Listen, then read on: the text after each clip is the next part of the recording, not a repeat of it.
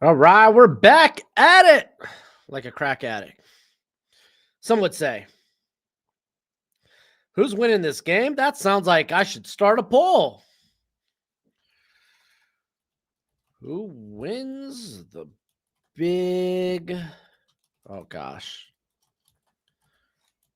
Dude, I cannot type with a mic in my face. Wait, who's the. Oh, there we go. But again, a special thanks to our friends over at Underdog Fantasy for sponsoring us all day today.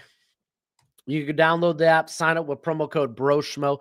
They match that first deposit up to $1,000 dues. There you go, guys. The poll is up in chat. So if you want to get in on the action, take a gander at Underdog Fantasy. Use promo code Broshmo, but as always, play responsibly, play within your means. I'm starving Marvin, man. It's been a long day, man.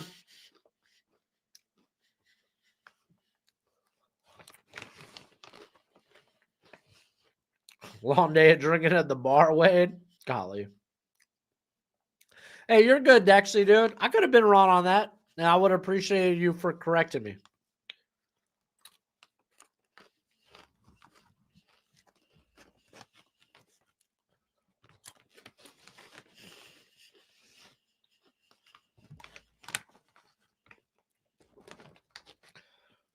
Dude, the freaking college football playoff committee is a joke.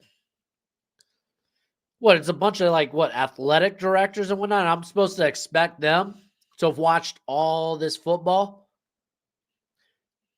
No, they're busy doing their job, taking care of their programs. No, I don't trust the playoff committee. They're probably pumping out the BCS rankings and be like, yeah, these probably look good enough. Maybe we move something here or there.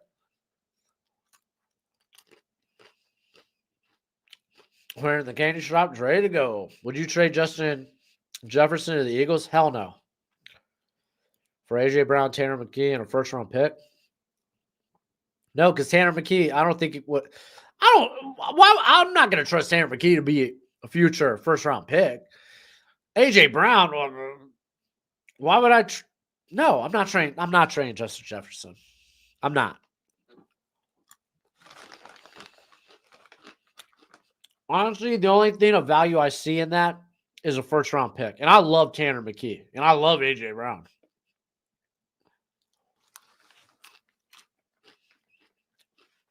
Trevor Lawrence 2.0. I'm assuming you're making the comparison as far as no, I don't even know the comparison you can make with that. I think Ty Simpson. When I think Ty Simpson, I think of Mac Jones.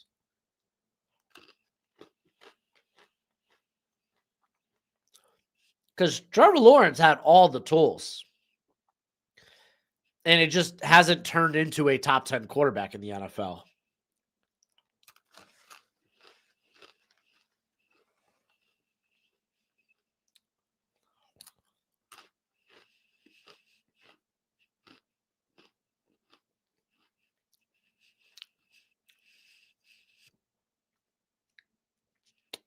Dude. Matt Campbell deserved it. I'll just say that knowledge. Matt Campbell is a freaking phenomenal head coach.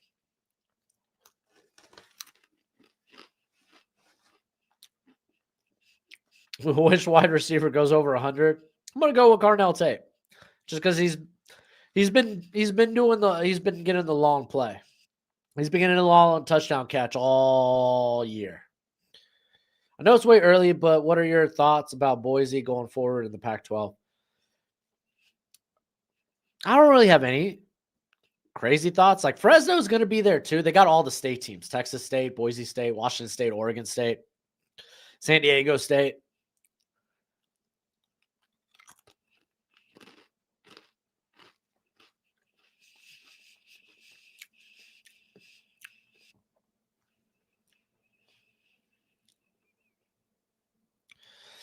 No, I think with Trevor Lawrence, something just needs to eventually click or it never will. Ty Simpson, I could see more as a system-based guy. I think they're like, and Ty Simpson, listen, we only have this year of a sample size. And the man's just got their third loss of the season. I think he's shown up in big moments. He was big in that Missouri game. I'm not going to say, oh man, Ty Simpson just can't handle the big moments. I think he's handled the big moments quite a bit this year. That Georgia game, the first one.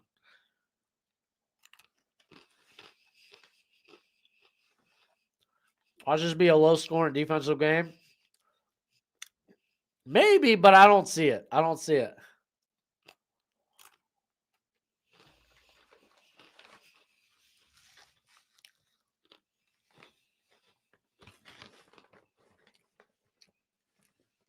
Oh, that's right. I forgot the ACC championship game. I think that's going to decide some stuff too. If Duke wins, I think Miami has a great shot at getting in.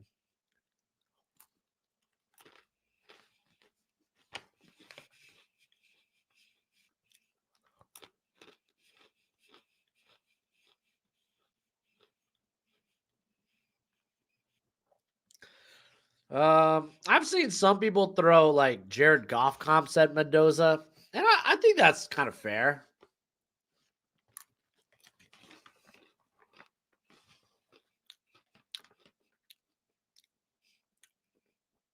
Um,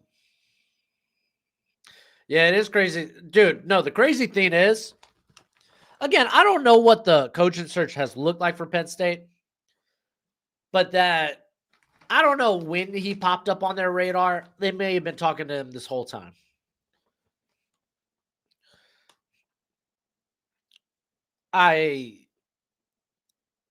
This would have felt better for Penn State if they hired him earlier, maybe like a week ago, right? Rather than, it feel like, oh no, they fumbled the bag in this coaching search and they kind of stumbled themselves into a great hire.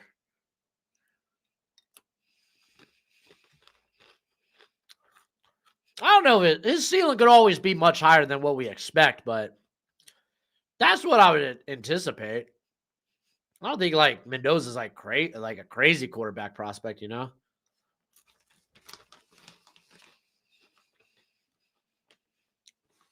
What do I think about Love to the Vikings? Makes sense to me. Dexy says, like Rams would be a good spot for Ty Simpson, in my opinion. Let him learn and grow behind Stafford while you build around him. I agree with that.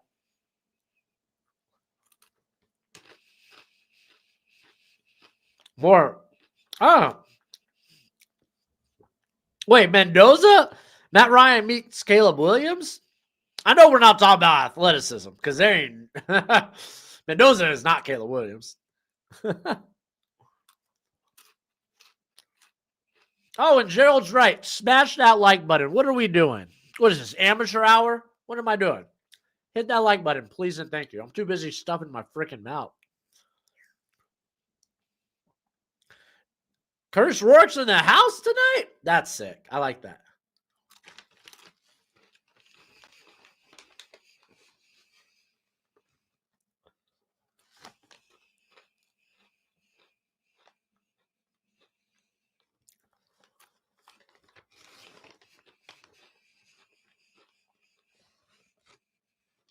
All right, I'm not going to lie to you guys. I would love to see Indiana win this game. My heart's with Indiana. My parlay is with Ohio State minus 4.5. I may have made two single bets. Actually, I think I made a few. I may have made two single bets. Ohio State minus 9.5 and Ohio State minus 13.5. I'm just saying. Like I said, if I were to put money on this game, it's Ohio State. We'll see. I'm rooting for Indiana. This is kind of weird, where I find myself in a spot rooting against what I just put money on.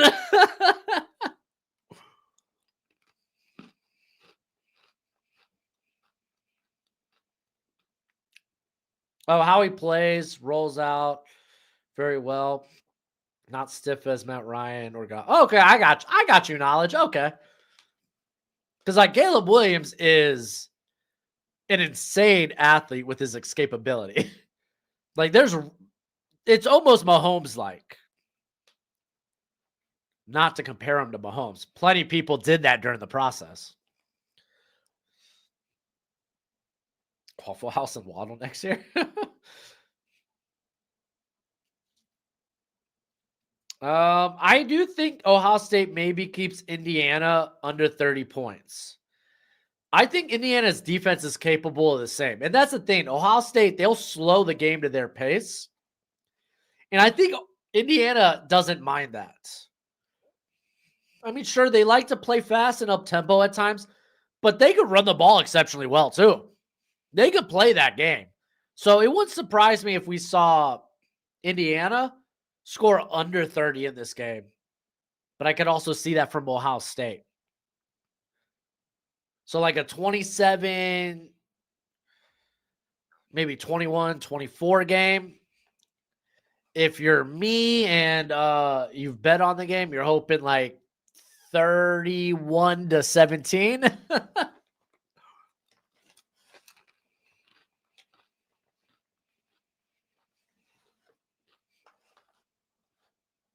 Oh my gosh.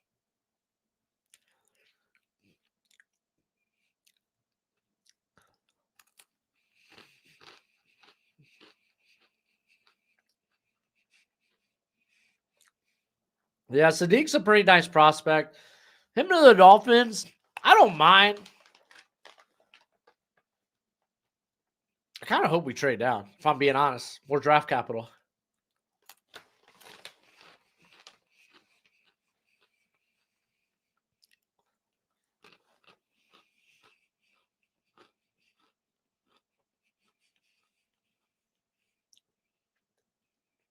I don't think Mendoza's a fraud, as CC says in the chat. I don't think he's a fraud, but we can definitely learn a lot about him tonight.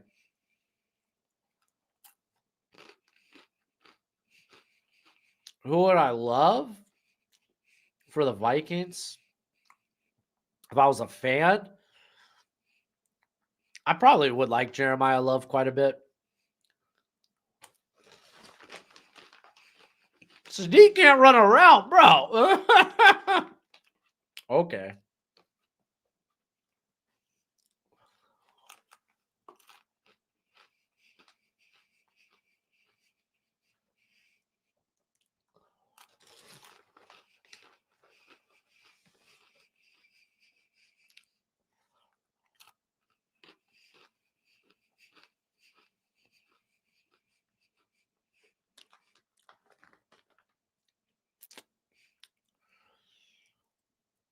Yeah, but Kyle Pitts is going to cost, I think, a pretty penny in free agency.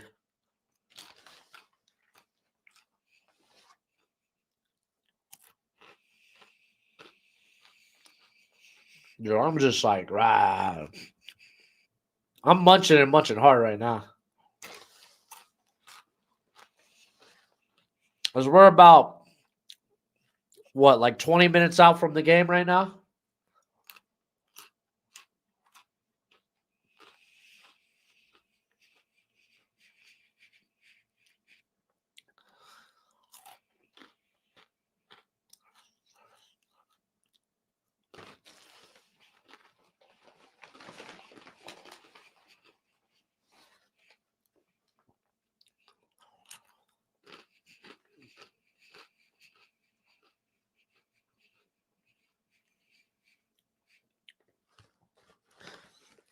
Dude, what else can we do about the Tua problem? CC.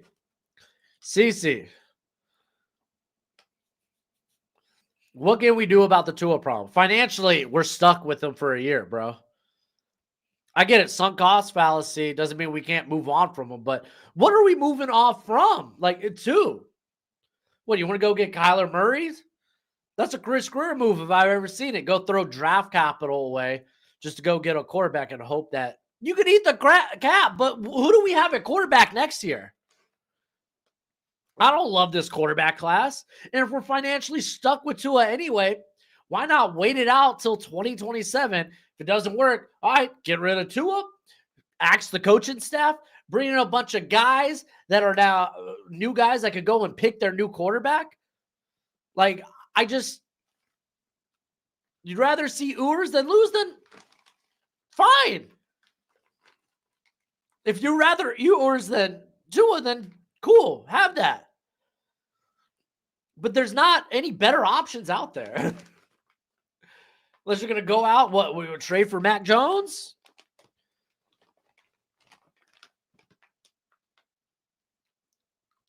Zach Wilson. Saved all our problems.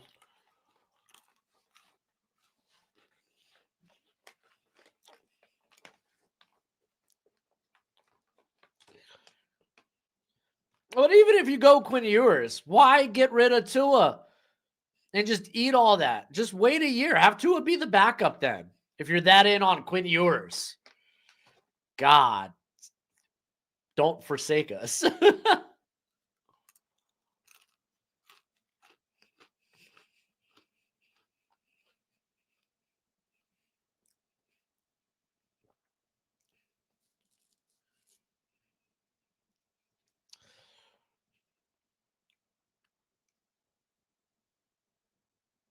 Yeah, I don't think, no, we don't cut Tua anyway. Tua needs to be on the roster for 2026. That's just it. That's just it. Financially, it just makes it's better business sense to move on from Tua after next season. Drew Aller, I don't know who was putting Drew Aller first overall. I had him like a top 50 grade headed into the year. When I put together my big board, I was like, okay, he's around the 20s. Let's see if he takes that next step in development. That's the problem. He never took a step in development. He's been the same guy for like 3 years. Is that maybe on the coaching? I don't know, but I don't think a team's going to take a day 1, day 2 slot to find out. He's got tools, but like, dude's been the same quarterback for 3 years.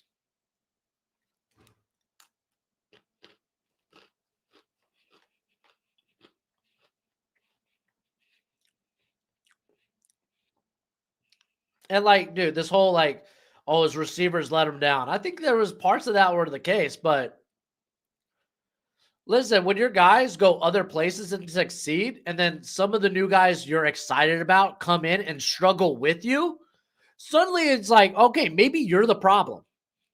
Like Kyron Hudson was a good receiver at USC. Trevor Pena was a really good receiver at Syracuse. And they're doing nothing?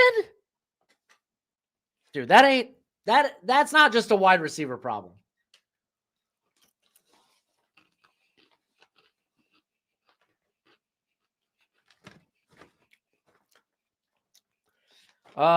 If Tua's coming back, well, yeah, Tua's coming back next year. So yes, Mike McDaniel should be back.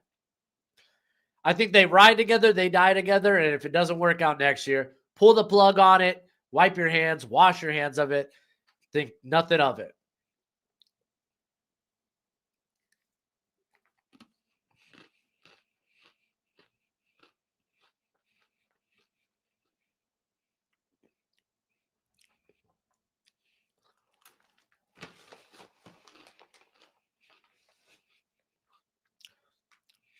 Knowledge, let's not pretend like Drew Aller's this great runner. He's okay. He's got some mobility, but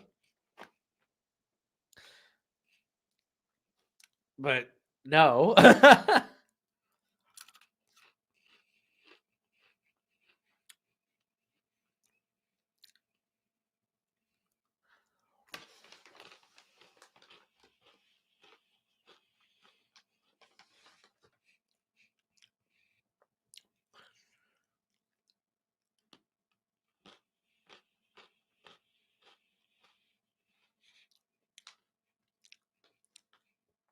Riddle me this. Who's watching the ACC championship game over the Big Ten championship game?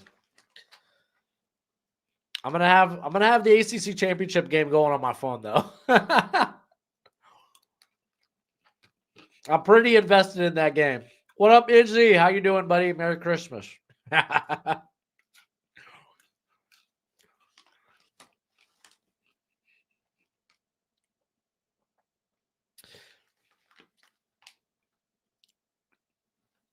Now, CC, I'm probably not the best person to talk to about the Dolphins. I'm dead inside. Whatever they do, whatever. I don't care. You've been you've broken my heart for over 25 years. I'm dead inside. I'm cold. You can't hurt me no more. Whatever happens, happens. I'll tell you what I think they should do, but I'm not going to expect anything from the Dolphins. And that's what being a true Dolphins fan, I think, is all about.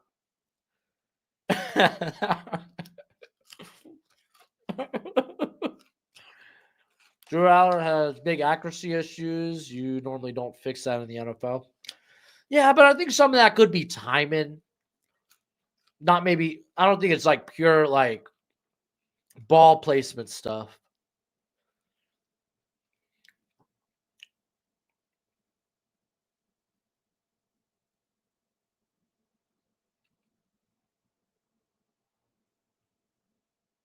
I mean, Quinn Ewers did. We talked about Quinn Ewers as a first rounder.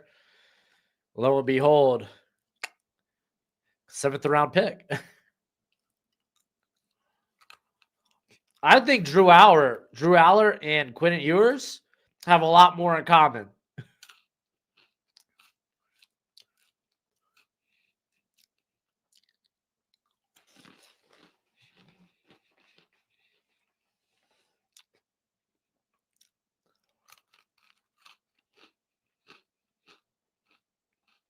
Shedeur was a special situation. Different scenario. I think Quinn Ewers is more applicable in this.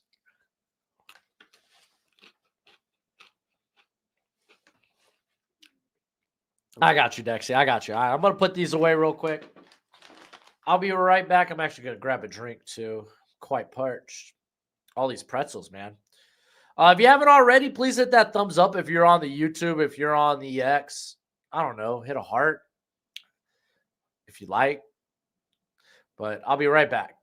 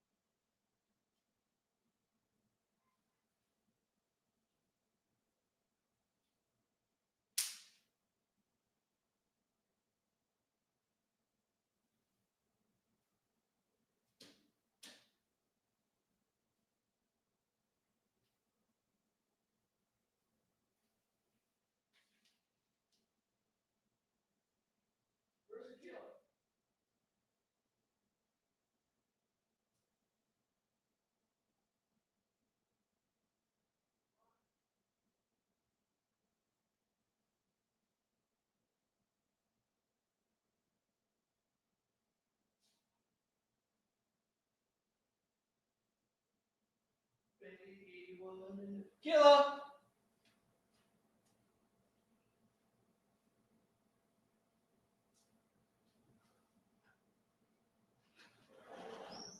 Oh, there you are, Killer. I was just checking on Killer, bro. Cop your cheeks.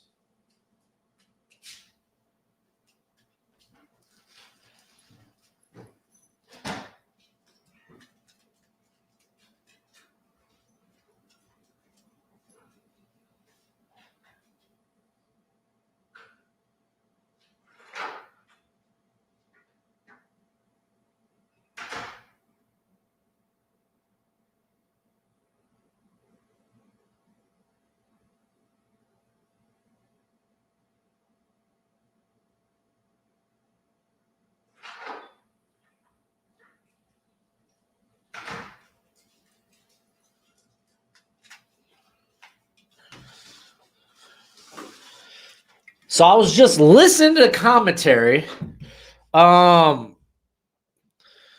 Did North Dakota State go down today?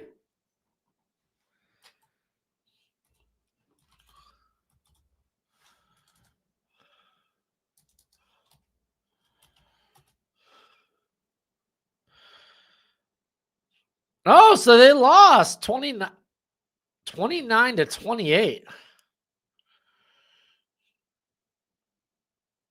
And that's in the second round of the FCS playoffs. Oh, wow. Wild.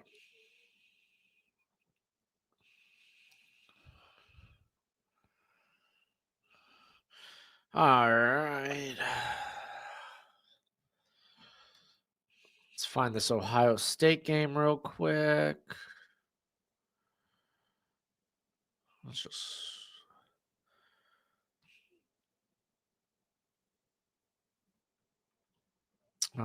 Ohio State. Where are you?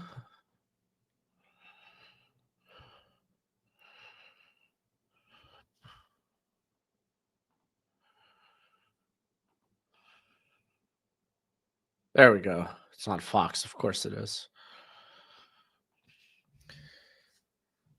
All right. All right. Let me catch up on some of the chat. Viewers got some hype, but the ceiling to me was good backup. Yeah. Pavio is a UDFA goat. Dude, I would take a shot on Pavio on day 3. That dude's a freaking gamer, bro. Dang, Aller ceilings, Andrew Luck Light. Andrew Luck Light Extra. Give up on JJ. I'd give that another year. Vitker. You and Mel Kiper should fight for the undisputed draft final boss in the world. There's other bosses, dude. Tom McShay, Dane Brugler, Mike Renner. Got the Trevor Sikkema, Connor Rogers. That franchise guy, Marcus Whitman. There's some goats out there. Dude. Freaking Daniel Jeremiah. There's already some goats out there. Would be more like a gauntlet match. What is your take on Ty Simpson today? Rough.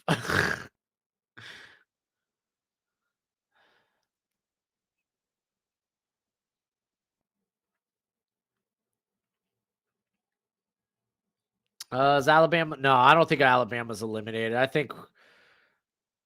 think we're now in the process of this is going to be an extremely tough decision for really anybody, not even just the college football playoff community. Because I think Alabama has a great case to still go to the playoff. I think Miami deservedly so, probably should go over Notre Dame. I think Vandy deserves to be in this conversation. I mean, if I'm ducking, it's probably BYU I want to throw up in there. Well, they just got blasted today. They always lose to Texas Tech. Yeah, but no one else beats them, and they got a better strength of schedule than Miami and Notre Dame.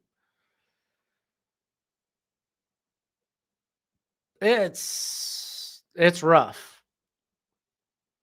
Oh, Mike Mayock. Yeah, he was fun too.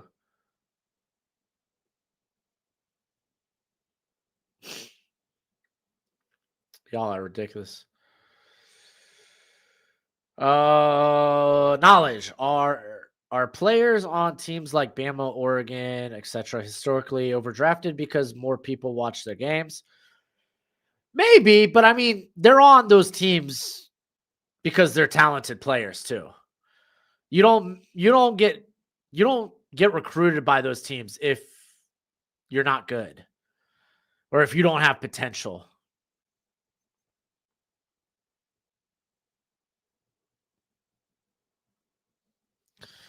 And let me tell y'all, dude, I would love to make a push for Vandy. I just don't see. I think realistically, the discussion we're having is Alabama, Notre Dame, Miami, and maybe you could we could talk a little about BYU, but I think for the most part, Vandy, Texas, those teams are out of the discussion. Utah's not even a thought. Sorry. Good season, yo. Good season though. Good job, Utah. But man, it's tough. I'm really kind of open to a few things as well.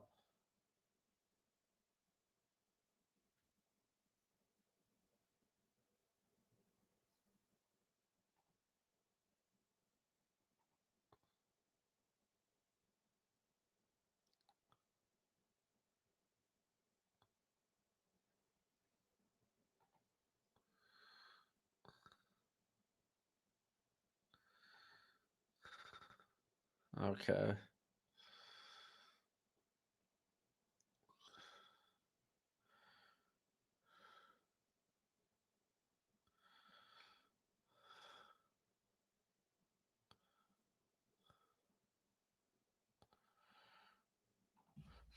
All right.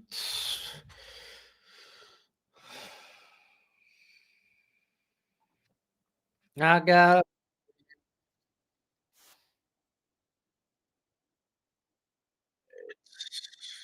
so right now 54% of y'all got Ohio State in the poll. I'm hoping for a fun game tonight, boys and girls. I am. Oh man.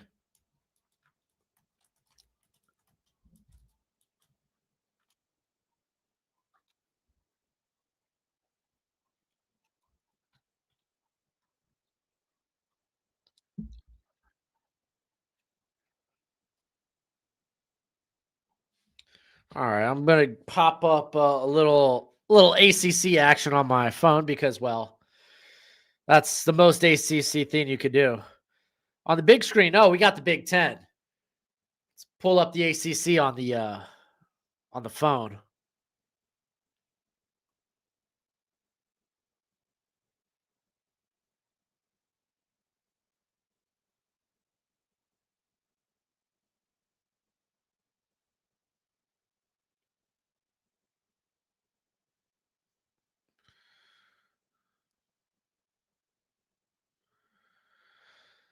Chris McLennan, yeah, knowledge. I have him on my draft guide. He was a name I had prior to the season. I just never got around to watching. I try. I can't watch everybody, man. I'm trying. Did he didn't did he accept?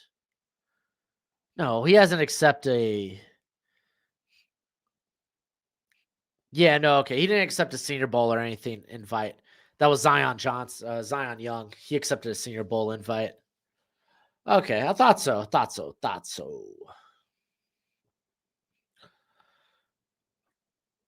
What do you think about Peter Clark? I haven't watched Peter Clark, but golly, this dude. Yeah, I was gonna say this dude has an interesting story. The first NFL player from the London NFL Academy. I saw that when I put in his background earlier this year. Like here, let me read this sucker to you. Where are you at? Temple. There it is. So he's 6'6", or at least I have him at 6'6", 265. So he was essentially 3-star recruit from the 2023 class, but he's from the NFL Academy in London, England. He played wide receiver, tight end, and fullback. He had his freshman and sophomore season canceled because of COVID. He volunteered at the youth center in London and ran a sports camps for children. So awesome. Arrived at Temple in 2023. So yeah, I don't know what his age is. I imagine he might be an older guy. Maybe not. Maybe he's around 23, 24. Again, I haven't watched the guy, so I don't have a good feel of his game or anything. But yeah, he's an interesting name. Oh yeah, there's a ton of reasons guys get slept on. I think it's rare for guys that are in the power four to get slept on, though. Oh, she pretty. Mm,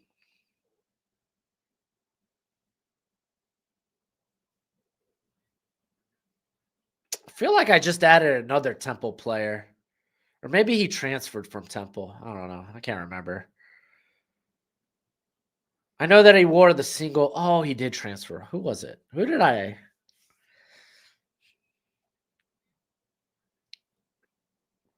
Oh, it was Jalen McMurray. He was initially at Temple, was awarded a single digit, which is kind of huge for Temple players.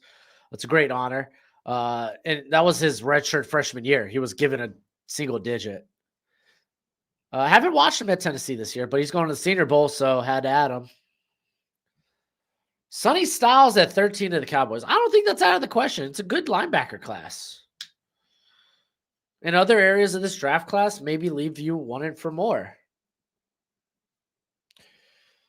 Victor, you're applying for the NFL Academy in January, so be prepared, Broshmo. A few years from now, you're going to be analyzing my draft tape.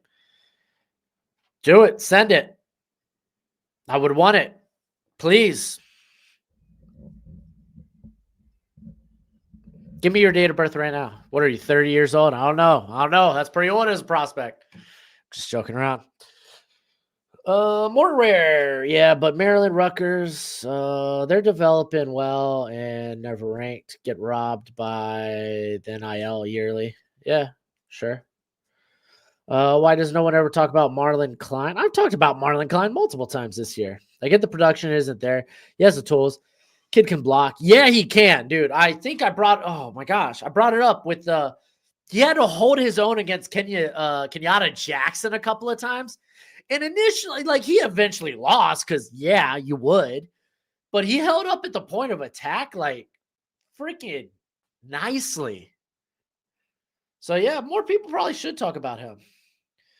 Victor, I'm just screwing around with you, buddy. You're 17. I remember when I was 17.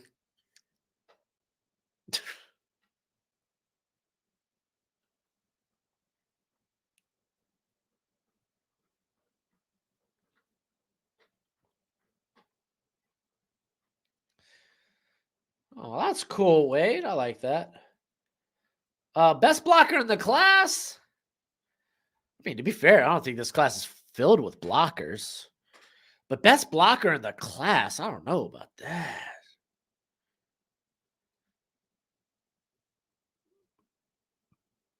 Now that I look kind of at the class, I kind of don't doubt it. I don't know. Miles Kitselman is a pretty solid blocker. Huh, interesting. Might be the best blocker in this class just because of scarcity.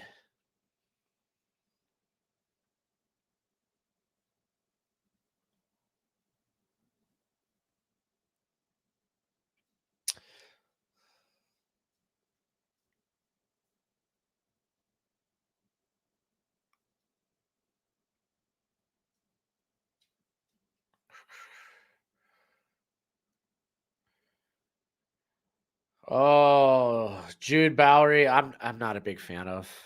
I think he's draftable. Yeah, it's not going to be high on my guys. Rutledge, I gotta watch Rutledge. Is that the Georgia Tech?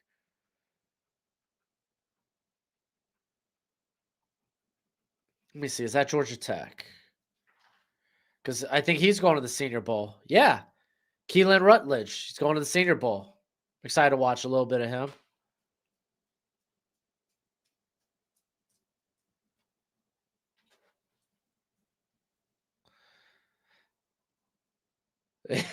Yeah, no, I can't agree on everything, right?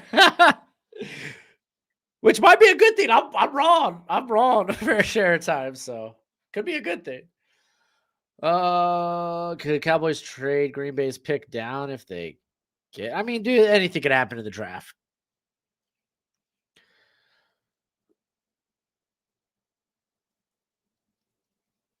Kerry Combs, I like this hire for Michigan. Interesting.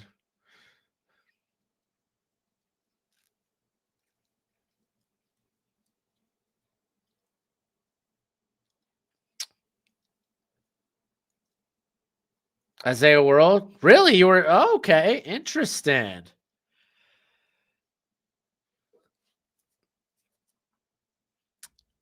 That's very interesting, Isaiah World.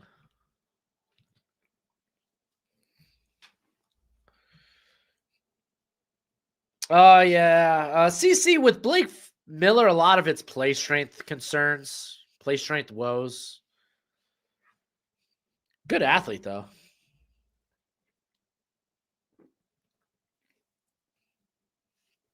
Oh, shucks. Oh, Gojo, watch up. Sorry, bud. I'm just throwing this away. You can stay.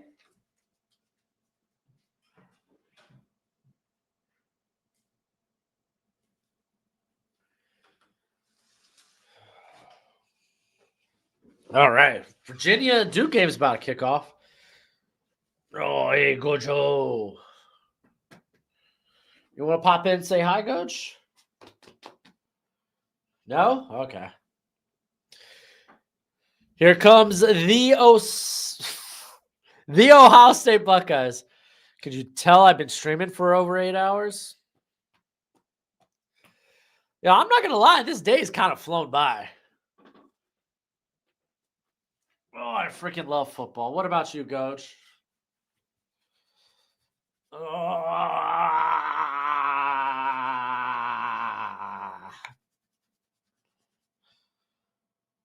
We good? Dude, I need to get you groomed, bro. White Mamba Mania. Off college talk a bit, but imagine Arizona managed to sign Don Shula at head coach. And you mean Chris?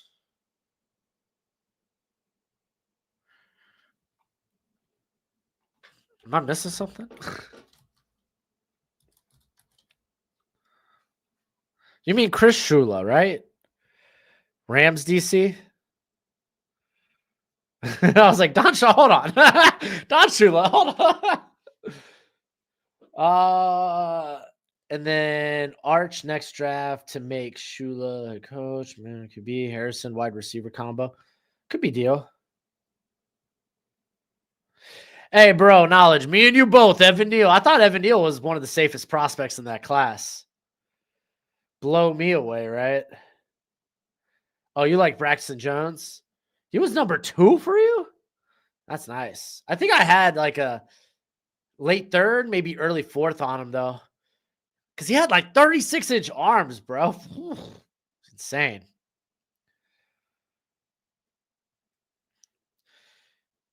All right. Looks like both these games are about to kick off in the next few moments. Lot of playoff implications in both of these games.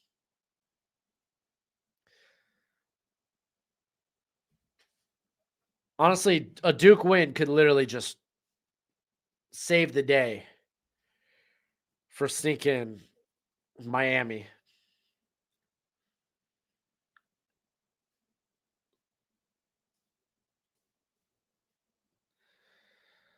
I don't think Carson Beck, is he the DACA this year? Probably not. Duke quarterback's not coming out. He's making a pretty penny on NIL. So he's going to take another year to. He's going to take another year to. I'll be taking another year to develop because I don't know. I don't think he's got first round ability, but I really like him day 2. Dak was Mississippi State. I think that was the last time Mississippi State was ranked first in the nation. Some people might not even remember that, but I'm pretty sure Mississippi State was ranked first at the nation when Dak played. Duke starting with the football, by the way. I'm going to put in some eye drops because my eyes get dry. I gotta stay more hydrated too. Oh.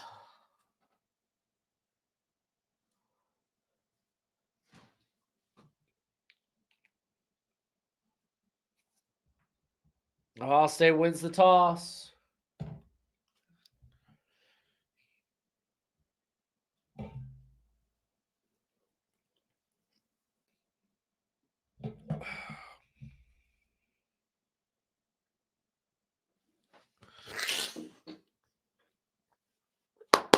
Oh, I'm so ready for this game.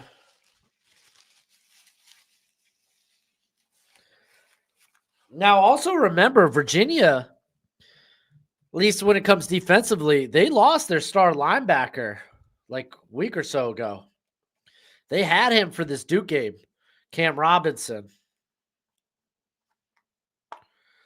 So maybe that helps Duke be able to run the football because they kind of struggle with that. They kind of struggle to when they struggle to run, they literally give up all hope on the run. So to be able, I think potentially that could be big. Not having Cam Robinson, Duke can run the football and stay balanced. Could be huge.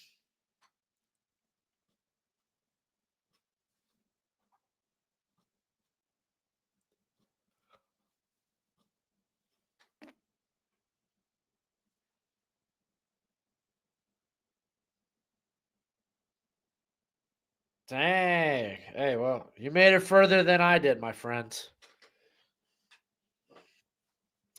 Let's just say I knew very early in my playing career that that I would not be making the cut anyway.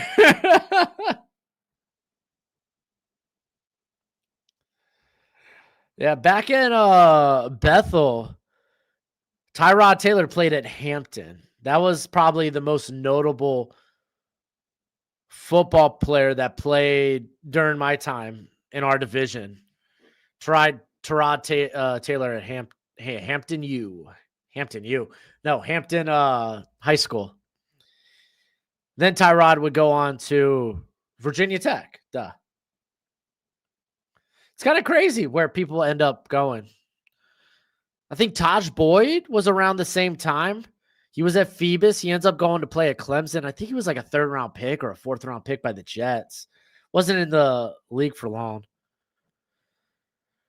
Duke's jerseys look like the Colts. I mean, they're blue. They're blue and white. So yeah. All right. Indiana's going to start with the football. Here we go. No kickoff.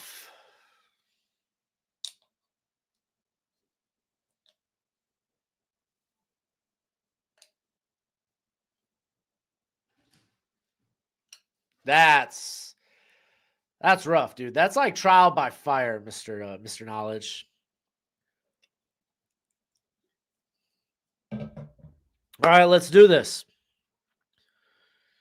1st and 10 for Indiana at their own 25.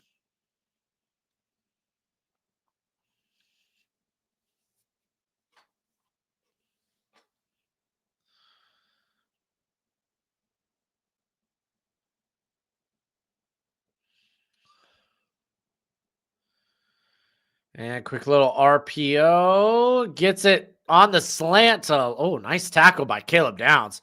But Elijah Surratt picking up about 9 yards there.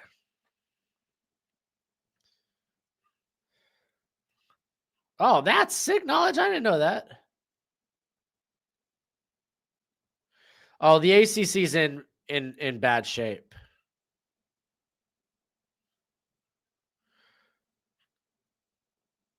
Oh, is Mendoza down?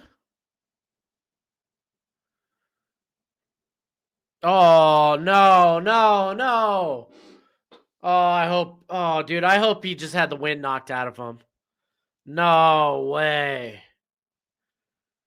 Are we going to be watching the other Mendoza? His brother? This is insane.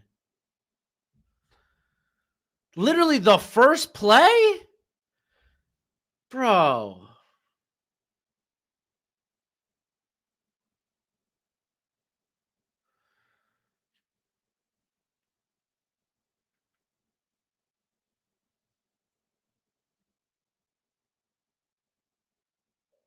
It sounds like they're showing the replay, but it sounds like he got up. I'm hoping the wind just got knocked out of him. Golly. Dude, this reminds me of that. Go back to the Texas A&M game, where early in that game, the fear was Marcel Reed may have hurt his Achilles.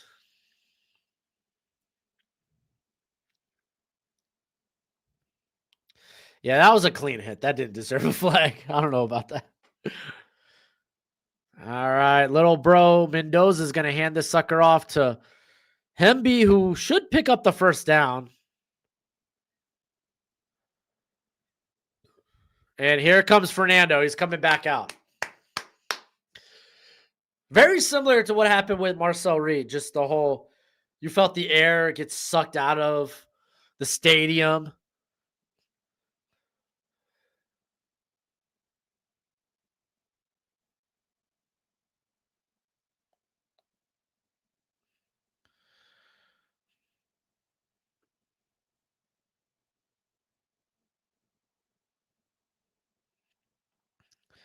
All right, 1st and 10. Going to get another handoff to Hemby. It's going to be a couple of yards. All right, they're going to officially give them 3, so 2nd and 7.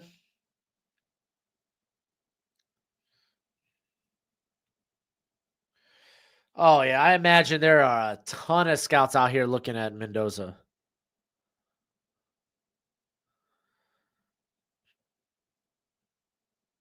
All right, 2nd and 7. We're going to get another handoff to Hemby. Picks up a couple. It's going to be 3rd and short. Yes, Sonny Styles is nice.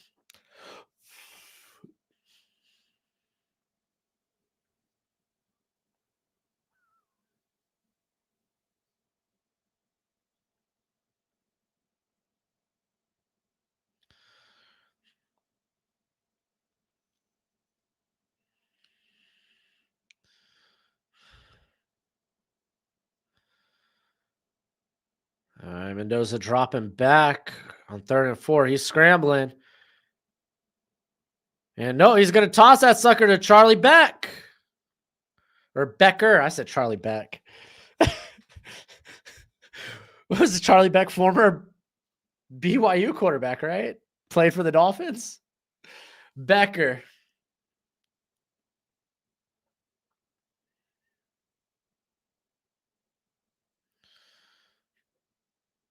Yeah, that was actually real nice by Mendoza.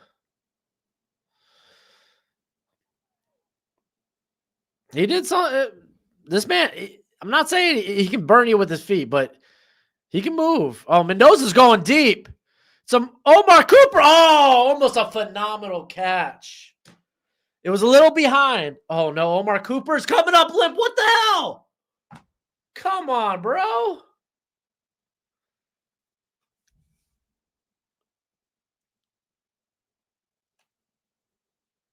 Yeah, it's throwing a little behind him, too. Oh, and I think his leg got caught. Oh, dude. I hope Cooper's okay. And they're going to hand it off here on 2nd and 10.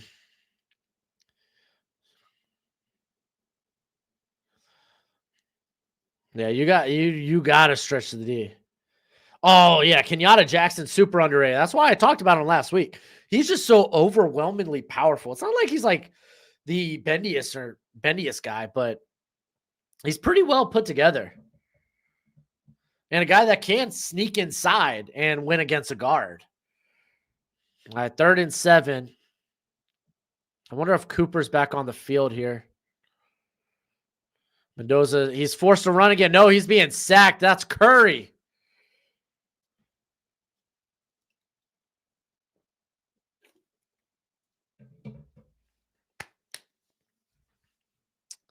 Omar Cooper reminds me a little bit of Brandon Ayuk. Oh, I think maybe Cooper might be a little bit more put together as a route runner coming out, because Ayuk wasn't asked to do that a lot at Arizona State. He was kind of a screen slot go guy. But Indiana going to be forced to punt here. I will say a very taxing first drive for Indiana. I mean, dude, Mendoza goes down. Omar Cooper goes down. Hopefully it's not serious.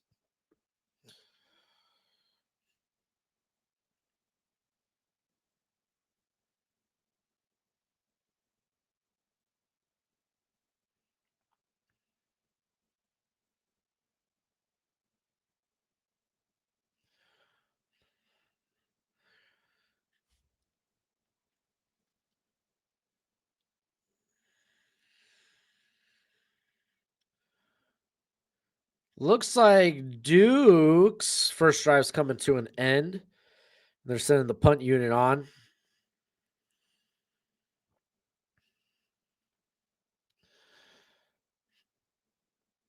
I don't think that's not targeted, dude. He hit him in the chest. There was no part of that being targeted. Yeah, honestly, escaping with your guys healthy on that drive would be a big win.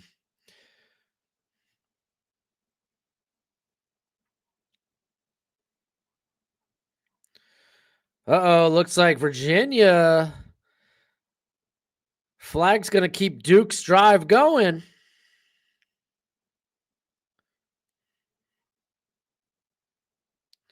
How many future NFL players are on the field in Ohio or in this game?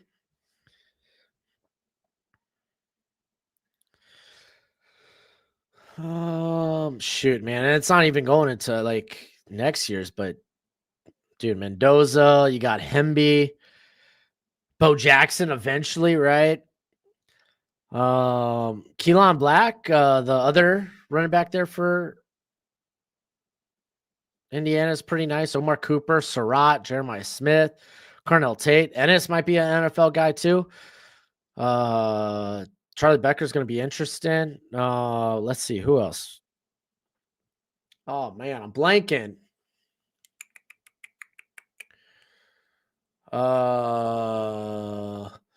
Max Clark. You go to the offensive line. Who's that tackle for Ohio State? Surveld. Got Carter Smith there too. Some people like Coogan. You jump to the defense for both these teams. I really like Tyreek Tucker. He's a fun player on defense for Indiana. Pons is nasty. Obviously, our dude, you have so many. And I'm just talking about this year. I mean, you could.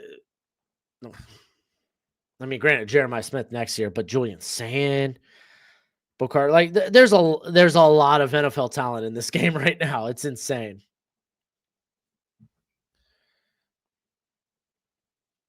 Yeah, Aiden Fisher's nice too. All right, 1st and 10 for the Buckeyes. They're going to be at their own 12. Gets it out to Jeremiah Smith. Oh, what a stiff arm. But Pond, man, Pond did not let him, like, no, you're not going to stiff arm me.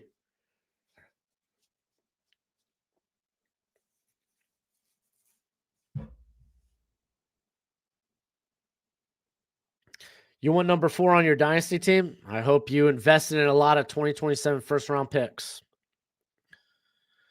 I know I did. I have 3 in one of my leagues. All right, 1st and 10. We're going to get a fake handoff. Looks like he wants to look deep, and he's just going to throw this sucker away.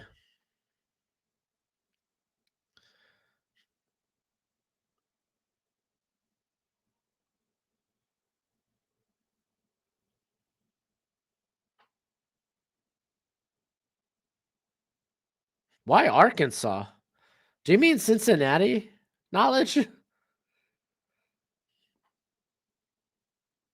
Right now, Duke's got a 3rd and 7. Is this still their first drive? That's insane. But they're in scoring position. And we're going to get our first handoff here. Bo Jackson, good little gain. About 4 yards. Duke got the first down. You're good, Knowledge. That's a good question. Like, Golday is pretty hella solid, too. I don't think he's nearly as athletically gifted as Reese, but he's not far off. All right. 3rd and 6 here for the Buckeyes. Hey, remember, guys, Ohio State's a second half team. Keep that in note once we get to halftime what the score is. Over the middle and picked off! Going the other way!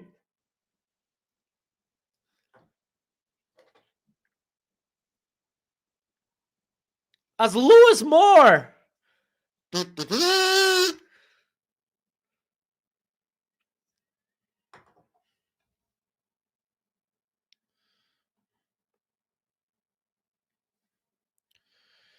He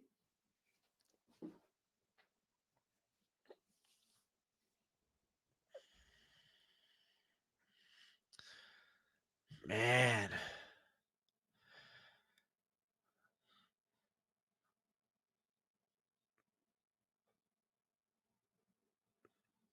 Man. Nicely done, but hey, we saw this happen to Michigan last week. I'm just saying. Handoff here. That's Black for a yard. It's going to be 2nd and 9. Great field position. Let's see. I'm curious to see how Julian's saying because, hey, saying this happened last weekend. He answered back. He clapped back. So I'm curious. I like seeing Sand go through some adversity. And I mean, honestly, with this field position, now you got the Ohio State defense going through adversity. So this is fun. I like this. All right, dropping back. Goes out sideline to Elijah Surratt for a first down.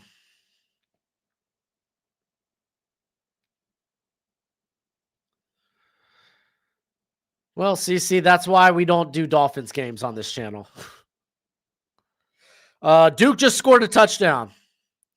Duke goes up 7-0.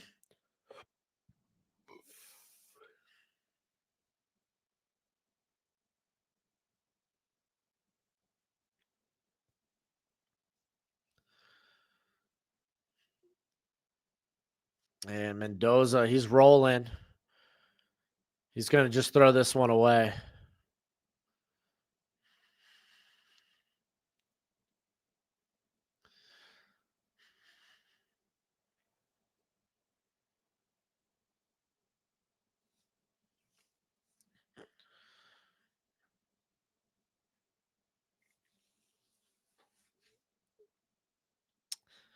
So, hey, the path for Miami.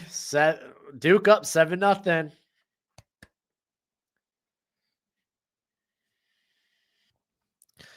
All right, we're going to get the handoff here. Goes nowhere. Good stop. It's going to be 3rd and 10.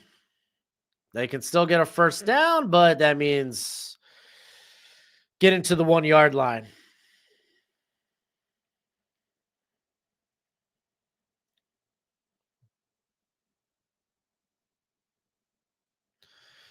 I don't think I've seen Omar Cooper on the field yet since coming up Gimpy. I'm trying to see if that's him in the slot there.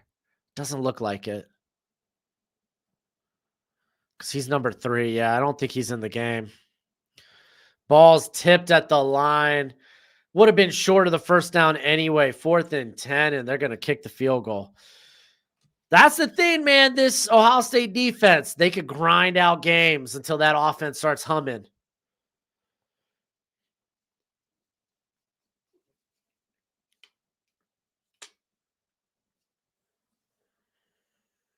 Dude, Curry is a gamer, man.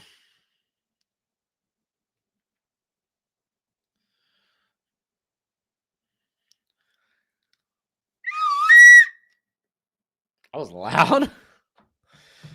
Indiana strikes first blood. Good job by the Ohio State defense to minimize the damage of an interception, though. I'm going to jump on Twitter real quick, see if there's any word on Omar Cooper.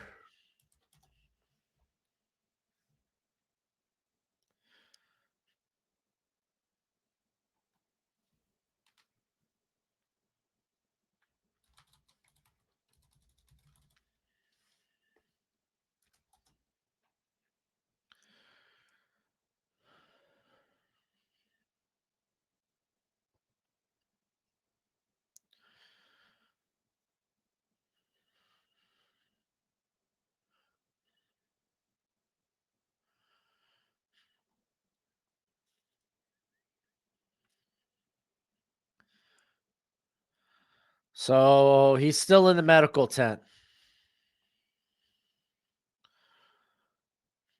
Dang, dude. I hope he's not hurt, man. I freaking love Omar Cooper. That was my dude.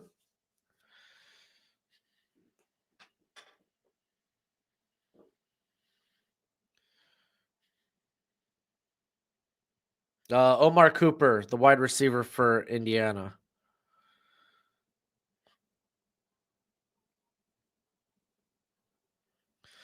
So Duke just went on a 15-play drive that took 9.5 minutes. Touchdown. That's the opening drive of the ACC championship game.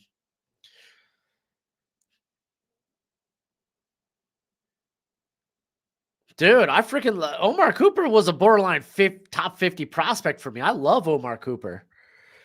Dude, such a slick athlete, especially after the catch.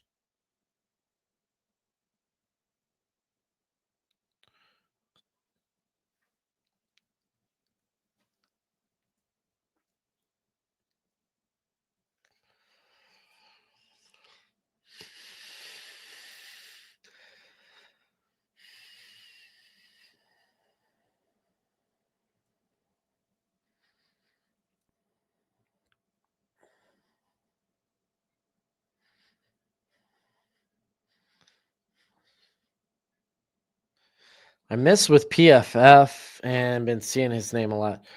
Oh, you mess with PFF and you mess with PFF and you see his name a lot. Yeah, he had that game winning touchdown against Penn State where he just went up insane vertical to go up and grab that football. I thought stinking Mendoza was just throwing that sucker away.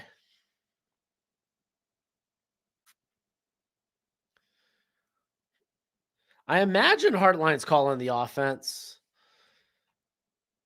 I'm pretty sure these guys are allowed to stick around for the conference championship games.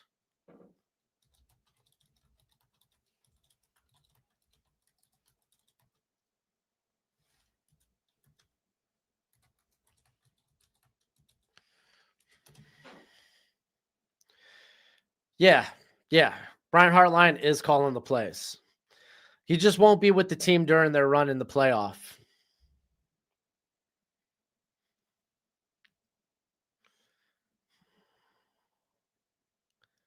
Yeah, Elijah Surratt. Surratt's pretty good. All right. Ohio State's going to get the ball at 25 after the touchback. What pick this year is first round talent gone? I'm going to probably grade 21 first round grade or have 21 first round grades. Oh, I think Duke just got a fumble recovery. Uh-oh. Yeah.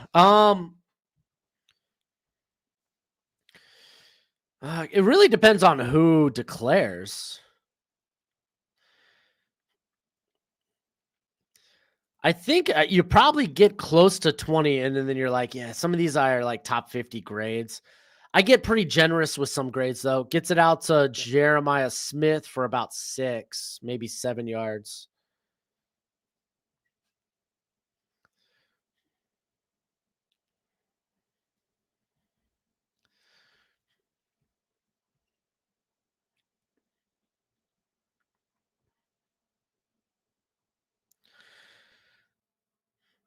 Oh, I think they had a defensive holding that nullified the turnover for Duke. All right, 2nd and 3, fake the handoff. Here comes pressure. May have been a holding. Gets it to Tate for a first down.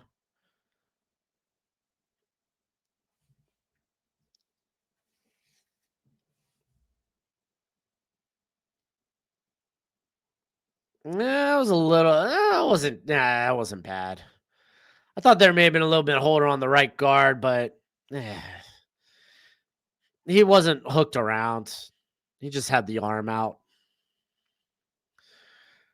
1st and 10 for Ohio State. Tate in motion. Saying pressure.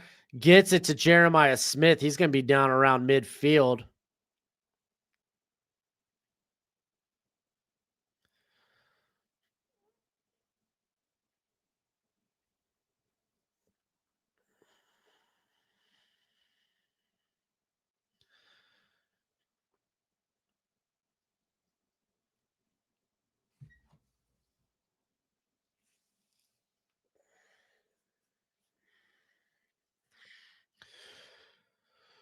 Oh, I freaking love Jonah Coleman, man. That's my dude. I'm mad he got banged up. That made. Ugh. Oh, they handed off to Bo Jackson. Ooh, nice little pickup. I thought he may have turned on the burners. Could have ripped off a big chunk, but good job, Indiana, rallying. It's going to be 3rd and 5.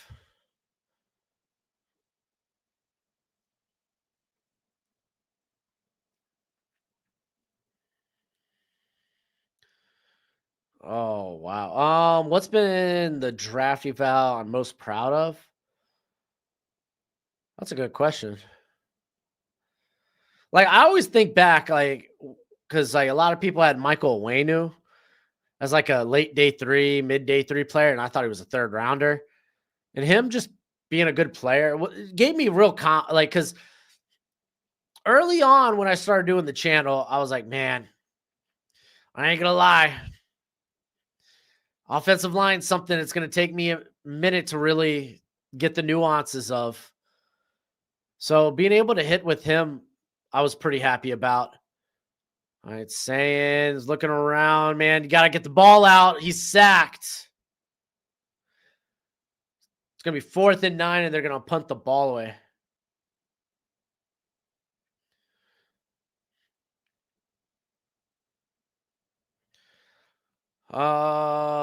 Let me think.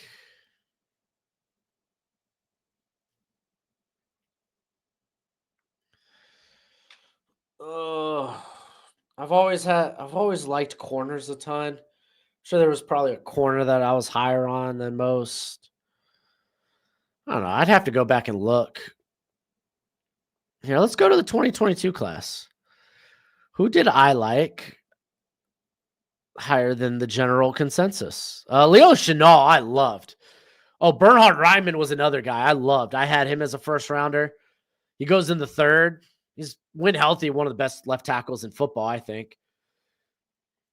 Leo Chenal was my linebacker 1. He was 20th on my board. He's going to make some good money in free agency this year, I think. And that's just going back to the 2022 class.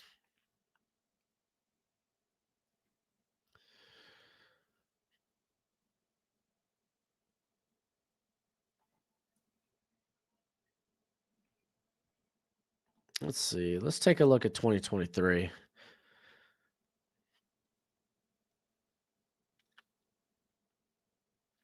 I mean, 2023 was a big learning lesson for me, though, if I'm being honest. I mean, I loved Brian Branch. I thought he should have went to the 1st. But that's not like being high on a guy that like fell dramatically.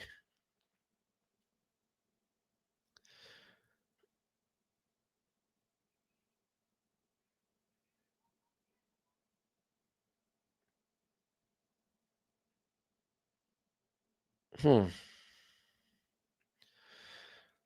wasn't as low, I guess, on P as like if we're going back on Brock Purdy as like some people were.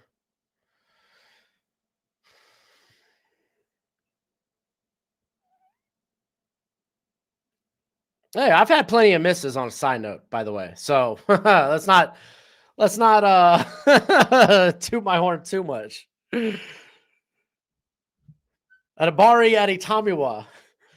Good lesson on hey, play strength matters when it comes to comes to the trenches. You can't just fall in love with athleticism.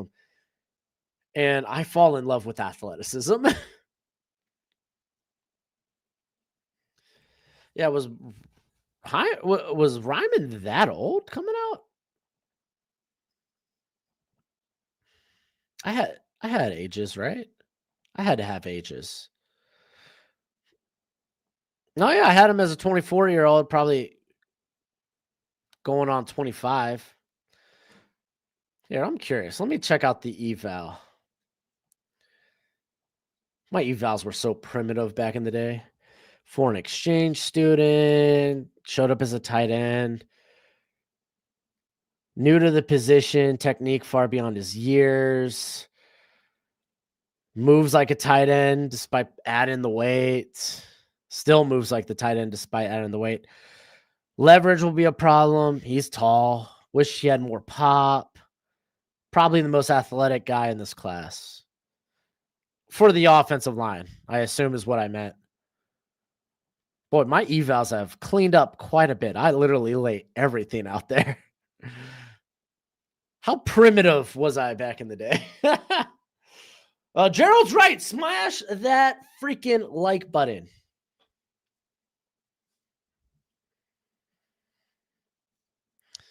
All right, here comes Indiana back on the field at their own 11. Coming out in the pistol. Fake the handoff, going to get it out quick, just out of the reach of Becker.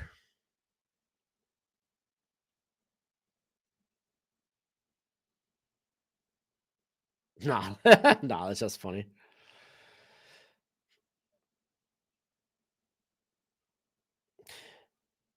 Yeah, White Mamba, you could definitely tell I had a type back in the day. So Cooper went to the locker room. That's a huge blow. All right, we're gonna get a handoff here to Hemby with a good gain. He's gonna set up a third and very manageable 3rd and 2, 3rd and 3, maybe.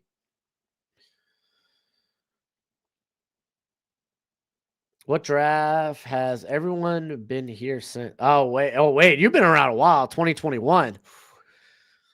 That was probably the year I started going full time with this, and I still feel like we're in the infancy of the channel.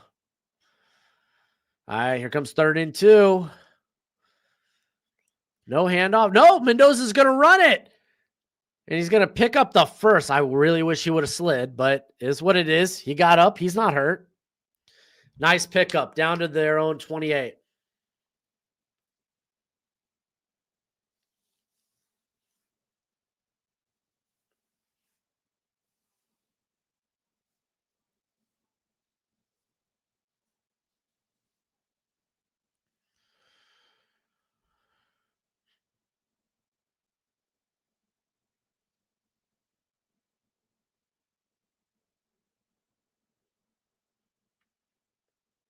And Mendoza. Oh, it's popped up. Intercepted. And that's Lorenzo style, Sonny's brother.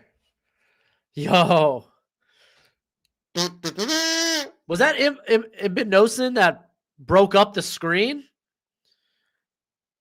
No, that was Styles that broke up the screen, and Ibn Nosen got the interception. Wow.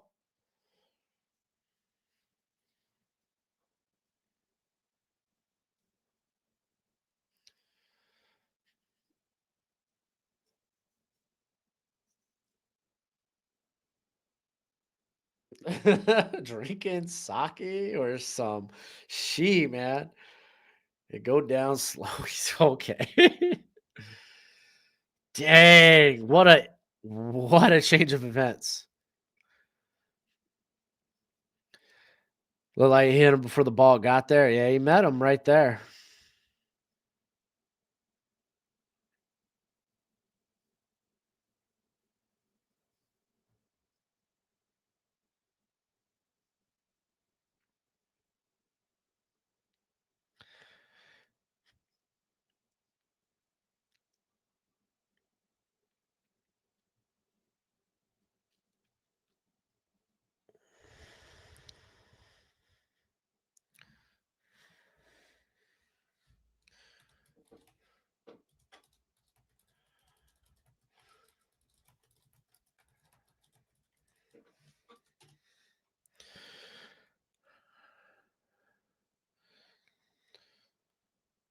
Oh, that was an early hit on the receiver, causing the ball to pop up.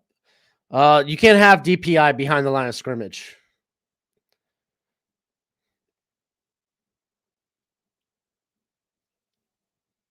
If that's what if that's if that's what the gripe is. Yeah, I haven't really seen any bad officiating. Ugh.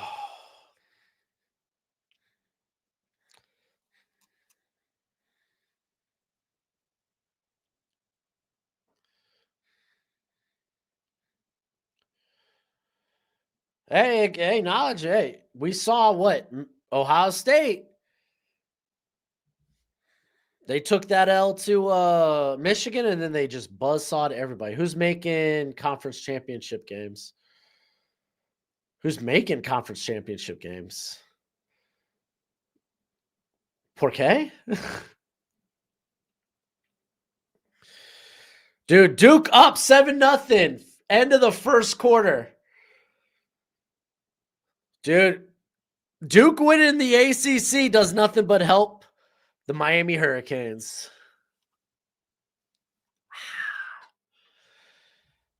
Just saying.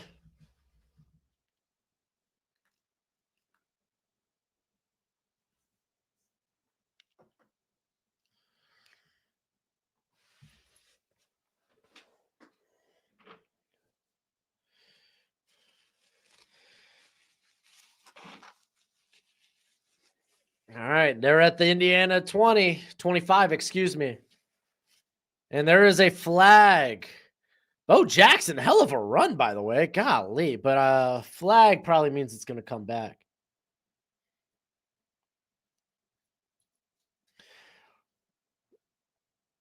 Helps James Madison as well. Yes, it does. As a matter of fact, it ensures James Madison. Oh, it's a face mask on the defense. Oh, but yeah, no. Who do I got for Heisman? Golly, dude, that's the $1 million question. I was going to kind of let this decide the Heisman, but thus far, Diego Pavia. Diego Pavia had a magical year. What are the chances of Bama getting in? I still think they're pretty good.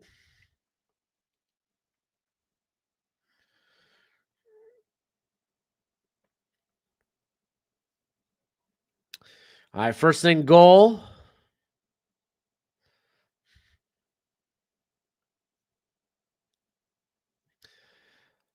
Yeah, Moth, I don't disagree too much with that.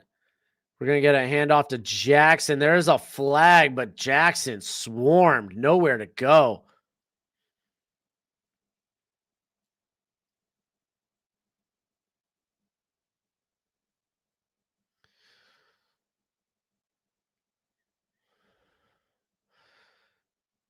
Offside on the defense. I thought I saw maybe some early motion, but I thought it came from Ohio State.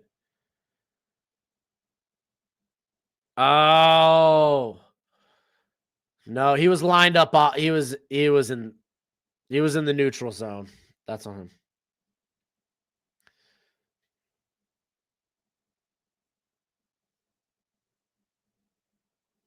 Rodriguez had a fun year.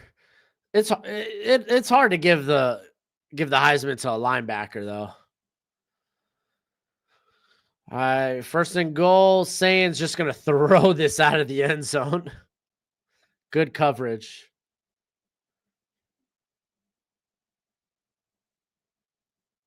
I feel like there's a bit of divide on Bane as a prospect. Just me, or are there knocks? Yeah, there are knocks. He's not gonna have great length.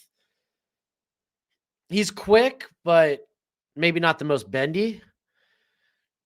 But I think in terms of his pass rush toolbox, he's so much more put together than most of the players in this class, like pass rushers in this class. I love how active his hands are. And there's a whistle. Is there a timeout? There's a flag. What the hell's going on? What's going on? False start offense. My gosh. What up, Jason? How you doing, buddy? Like the way the top 3 finalists look this season, all of them would be 5th on other Heisman races. Yeah, but they'd still be 5th.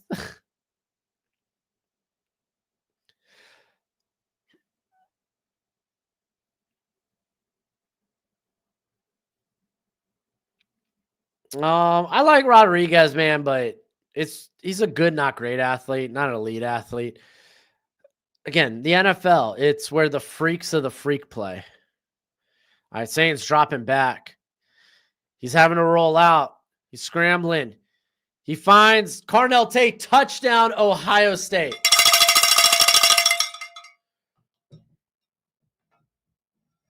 Who's the former or who's the corner for? Oh, yeah.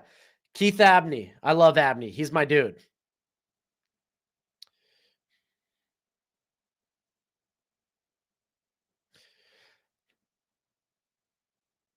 My pretzels were delicious, Jason. Dot pretzels are great. Not a sponsor of the show, by the way. Jacob Rodriguez. I mean, yeah, I think Jacob Rodriguez could be like a Nate Landman type. Not saying they're the same player if that's a comp, but guys who might not be your freak athletes or even great athletes for the NFL for the position, but they're just gamers. They understand. They got it all upstairs. They understand the game.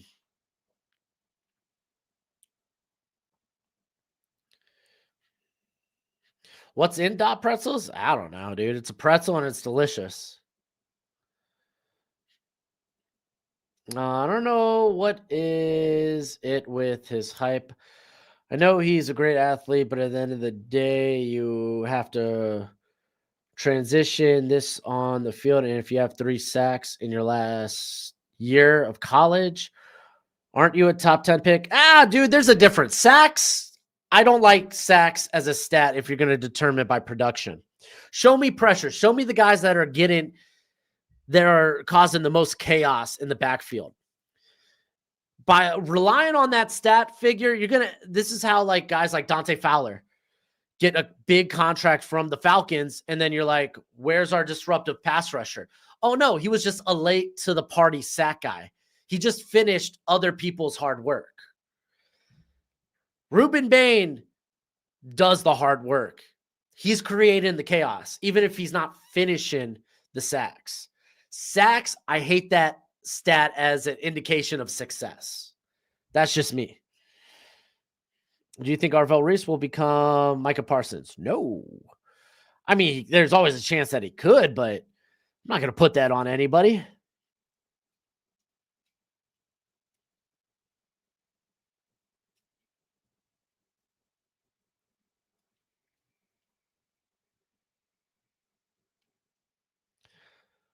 Sherman. Who the hell is Sherman?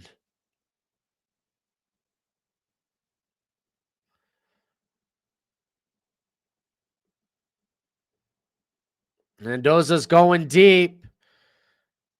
Oh, good coverage. There's a flag. I was going to say there was some, what's the word? There was some, I think the word I'm looking for is contact. I think you're wrong about, that's not how, I don't think Shamar didn't get drafted because he had a high pressure rate. That's very incorrect. You want to know what his pressure rate was? All right, here, let's pull it up. Shamar Stewart, pressure rate. His pressure rate was a hot 12.4%. If you're looking for high pressure rates in college, typically you want over 20%. Dude, I think like Ruben Bain has like a 24, 25. Oh, nice run. This is Black. Nice run by Black. That's Keelan Black. So I think, John, you're wrong. Shamar Stewart was drafted based on tools, not production. So I think you're drawing a incorrect parallel with what I'm saying. Where I say I want the disruptive guys, the guys with pressure. You're trying to compare Ruben Bain, who's like 24, 25% pass rush win rate, to a guy last year who was 12. Hand it off to Black. He's going to pick up a yard or two. What did I say about Black? I'm just saying.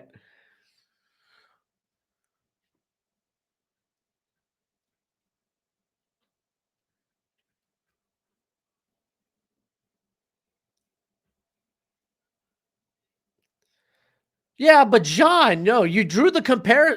I'm saying give me the high pressure guys over the sack guys. You say you disagree. That's how you get Shamar Stewart. That's an incorrect parallel. He was not a high pressure guy. So either you're being disingenuous with your comparison or you're mixed up. You see what I'm saying? You see what I'm saying, though? I'm saying I would take Bane in the top 10 because he's a high pressure guy, even though he's not finishing sacks. Stewart was never a high pressure guy and did get sacks. I don't know what the parallel you're trying to make there. You see what I'm saying? What's Kalon's projection? I suppose late day 3, probably. I don't have an eval on him, but he did have some interesting stats from last year, so I added him.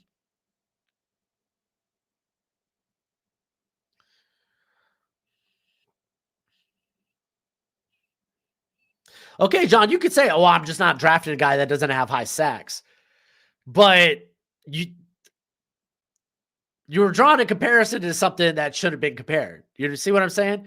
Shamar Stewart was drafted based on tools. I'm saying I would draft a guy that's getting a lot of pressure. Harmon was a high pressure guy that didn't get as many sacks as he could, and he's been great. Yeah, he's also been hurt. He's been dealing with a knee injury like most of this year, right?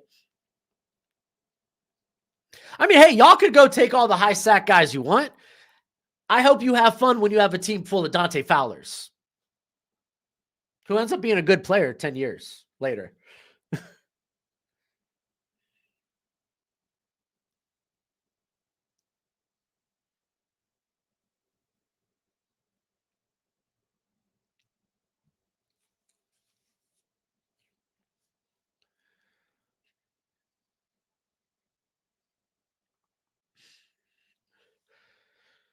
On a side note, Duke and Virginia are tied up 7-7.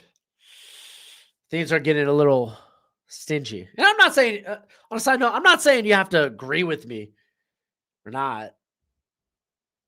Remember Odafe Owe, 0 sacks. I don't think I was high on Odafe Owe, though.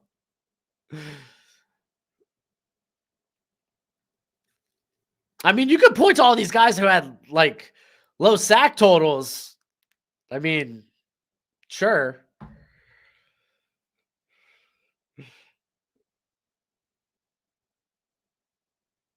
Who was on that great guy on the Raiders who went to the Colts, then the Bears? Raider. You talking about Khalil Mack?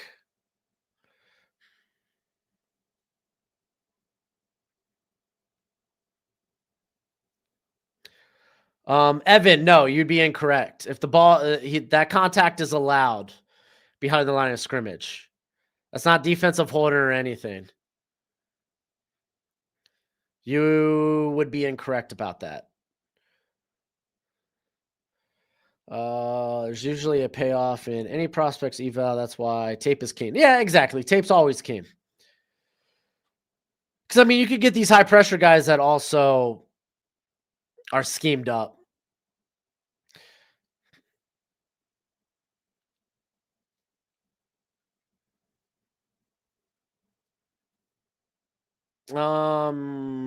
Sonny Styles Fringe Day too. Sonny Styles is Fringe first round at this point.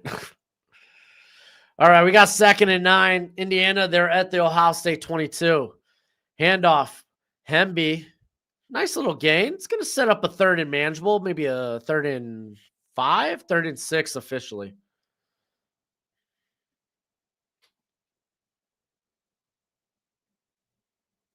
Yannick Ngakoue was a fun player. He was a great DPR type, like designated pass rush only.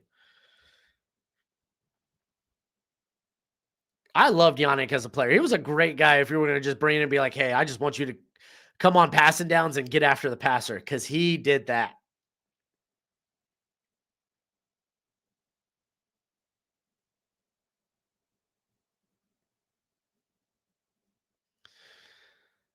All right, 3rd and 6. Mendoza's trying to scramble around. He's losing time. He's getting sacked. That's Kenyatta Jackson who cleans it up.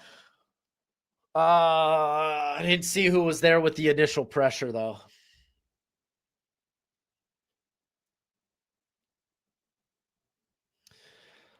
Didn't Dante Fowler have a ton? Yeah, Fowler is always the guy I point to as pressure is keen over sacks.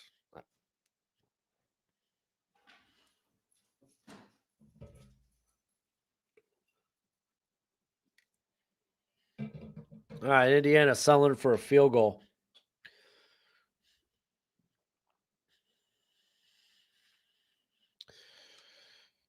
Well, knowledge.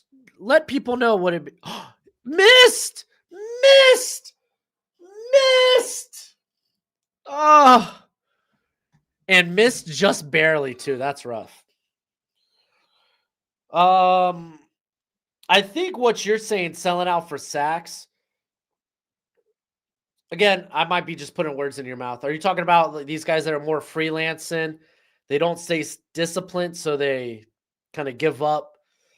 It could be in the run game where they penetrate and they open up Russian lanes, or they don't seal the outside, or even maybe if you're um, dealing with a pass and play where you don't successfully collapse the pocket. Instead, you kind of like provide a way to climb and maneuver out.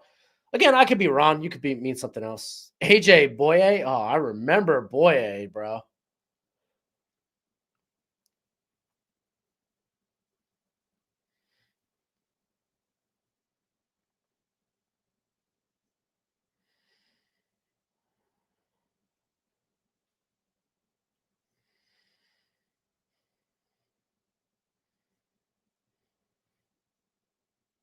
Okay, no, so we're kind of on the same page.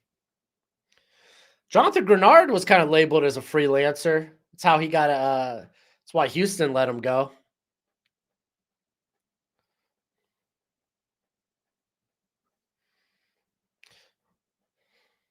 Did you see the Illinois? Yeah, I think it was right at the beginning of this stream. I pulled up.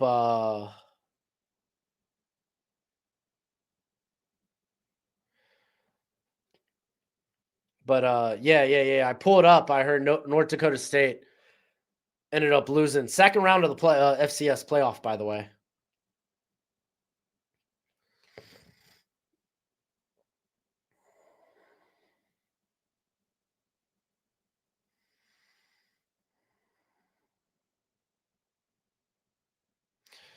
talking about Michael Trigg. Michael Trigg's fun, dude. He's fun. Finally, all his like it feels like all that potential he's had, it's all clicking for him now. Ooh, strip sack by Virginia. Looks like Duke got back up on the football.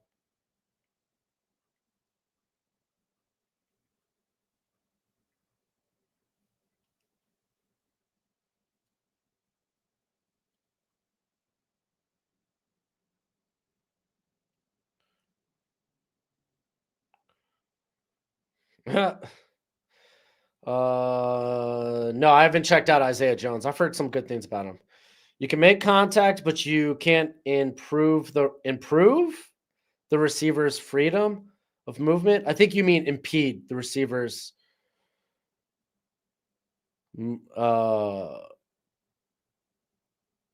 freedom of movement. I don't think he was, man. He went in and basically met the receiver as the ball got there. I don't know. I'm not gonna fuss over it. I mean, if you're trying to say Indiana's getting screwed out of this game, I disagree. How do people watch every sports game now? I have no idea. Nah, I think I don't know. I don't think Marlon Davidson's still in the league. Every now and then I still see his name pop up. Sands going deep. He's got Jeremiah Smith for a big play. Oh, and he's down inside the 30. I think that was Pons that got toasted. There was a lot of separation, too. James Houston is still in the league. There's a flag, by the way.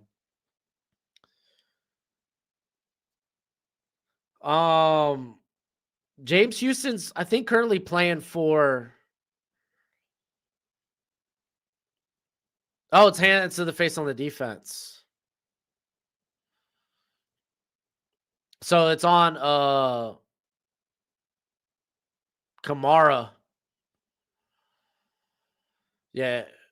Yeah, Houston's on the Cowboys. Yeah. Dang, dude. I want to see how Pons got beat. Oh, wow. Yeah, no, he just got bodied. Yeah, he just got bodied. That's the thing with Pons, man, when you're that undersized. Oh, Duke just scored another touchdown. Let's go. They're up 14-7. All right, we're going to get a handoff here to Jackson, who picks up maybe 2. Did I say Houston Cowboys? That's on me. Dallas Cowboys.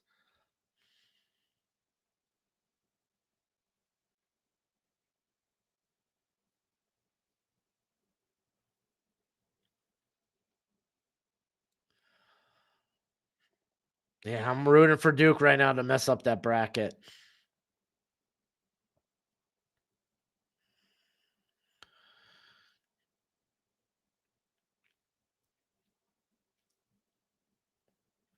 And they're going to hand this one off again.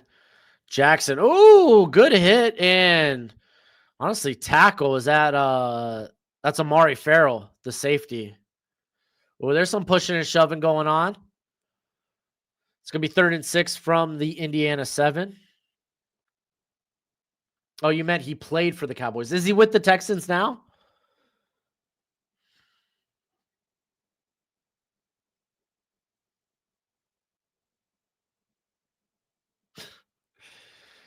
Dude, I'm sorry, guys. I've been streaming for a minute. Oh, here comes the blitz saying he's rolling and he's sacked. I think he lost a shoe too. Something flew up. That's Isaiah Jones.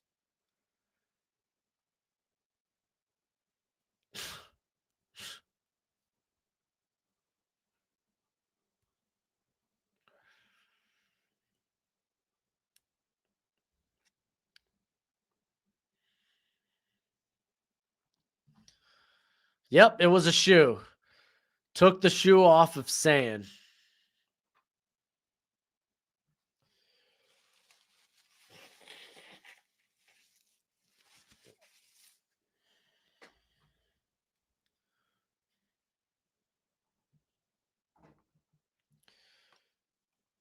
Oh, nailed it.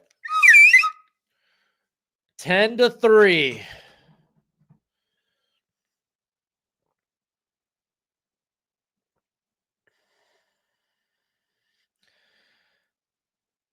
Duke's in the conference championship game because I think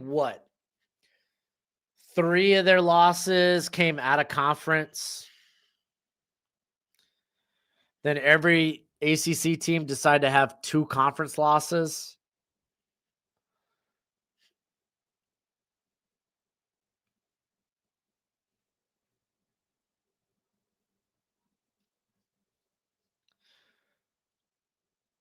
Ugh. Okay, so James Houston. Okay, he is with the Cowboys.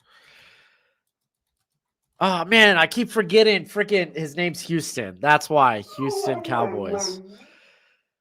Oh my gosh, I'm all freaking mixed up, dude. My brain is melting. My brain is dead. I think my family's home now too.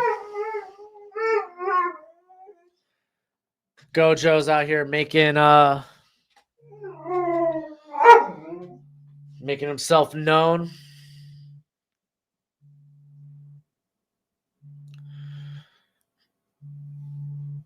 Oh, here's actually my wife. Oh, I think she just walked inside. Do you want my help? I think.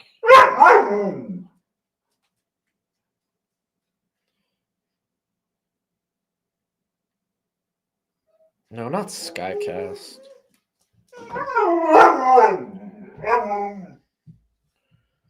All right, I'll be back. I'm gonna go help my wife real quick.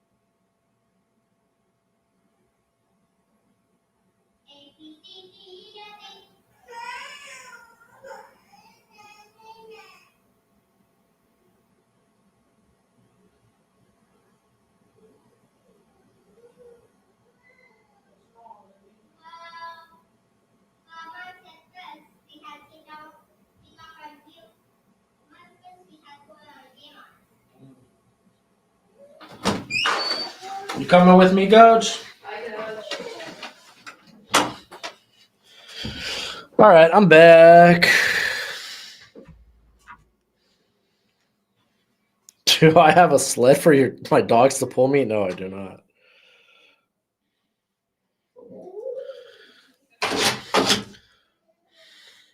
All right, Mendoza rolling out, throwing it away. Yo, is Cooper really coming back? I hope so, dude.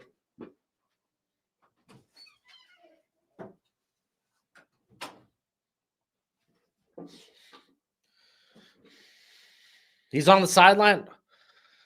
Love to see it.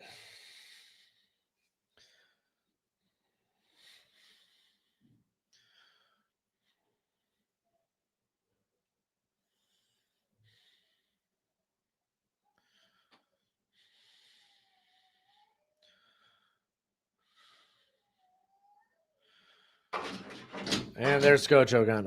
Do you think teams are how do you think teams are supposed to guard and effectively cover Jeremiah Smith? With help. Hand off to Hemby. If you're gonna have a corner place mash and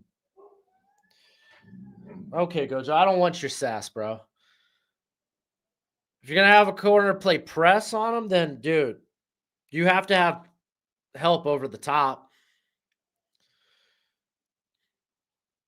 And ideally, you're not doing that with a corner that's like 170. Even though I do love me some Pons, it's just not ideal. So it's going to be 3rd and 6 after the toss to Hemby.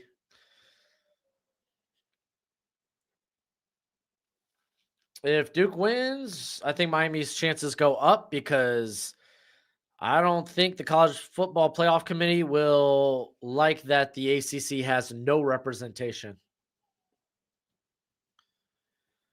I don't know about triple teaming. It's a little outlandish.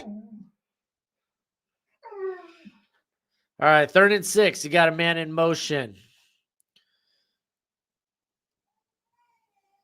Mendoza rolling, looking, going. Is that Surratt? Nope, that's Charlie Becker. Nice catch. Do I have Pecker down?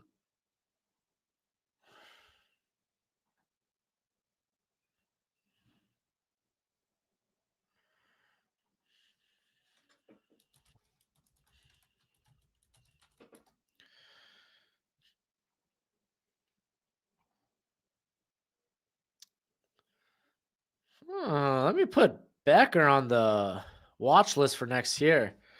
Hand off to Black, who's going to pick up about 3 yards.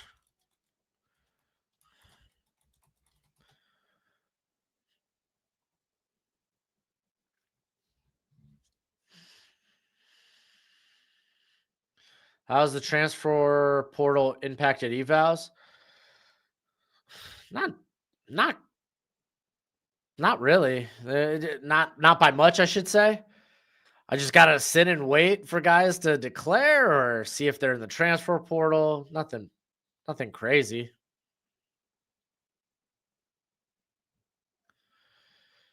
All right, handoff. Nope, getting it outside.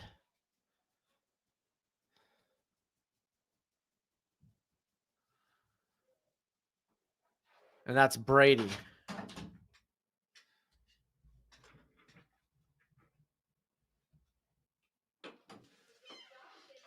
Third and 2. Mendoza dropping back. He's scrambling. And that was Styles with the pressure, and he's having to throw it away.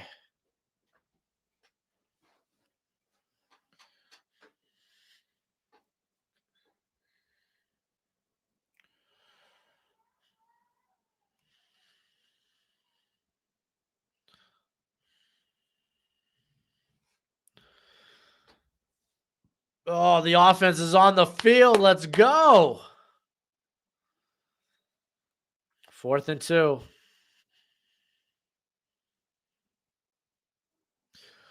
Ooh, might have had him offsides there.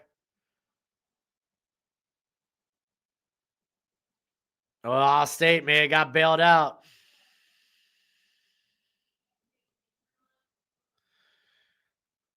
How the heck? Jason, how am I supposed to include film? Let me ask you, how do I include film?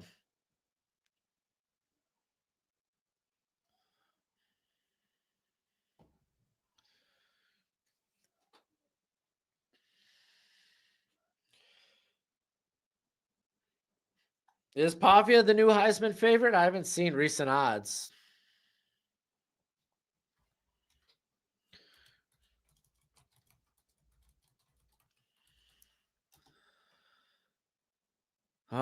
I still have it here as Pavia's plus 170, Mendoza plus 155. Oh, Saiyans plus 130.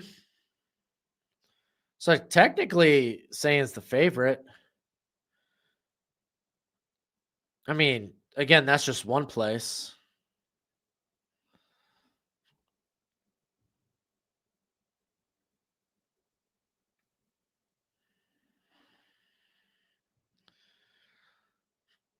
How am I supposed to add a few clips? I literally cannot.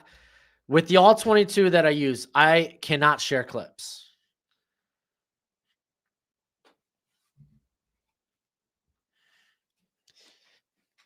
It is. I pay a lot for my all 22 access. It's a great filtering system. I love it.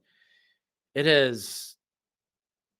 It has made my process so much faster. I cannot share something that I pay for, and this is via the place that I get it.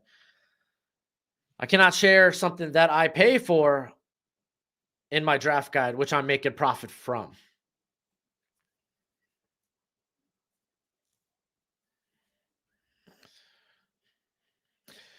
Yeah, Jason, you're gonna have to reel back on the questions, bro. You're disrupting the chat, making it a very strenuous. You're asking a lot, bro. You're asking a lot. I just reel back, man.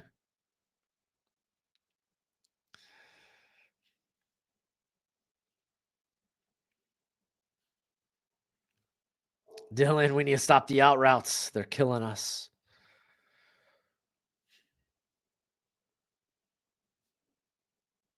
No, don't ban Jason. Don't ban Jason for asking questions. I disagree with that. I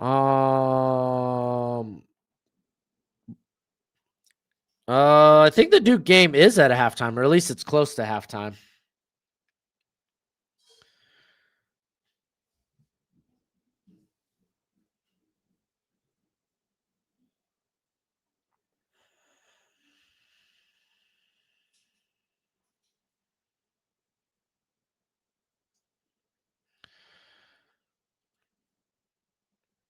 2-minute warning in the Duke game. Okay, I'm out on a commercial. I got a commercial break right now for the Duke game. Ooh, Mendoza gets it out to 37. Who is that? Like the H-back type, right? Nowakowski. That's a hell of a name.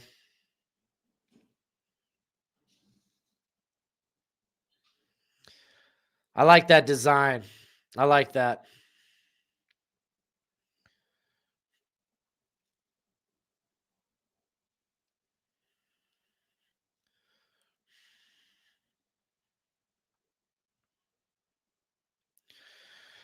First and 10 from the Ohio State 30. Going to get a handoff to Black, who's going to rip off another good run. Close to 10 yards.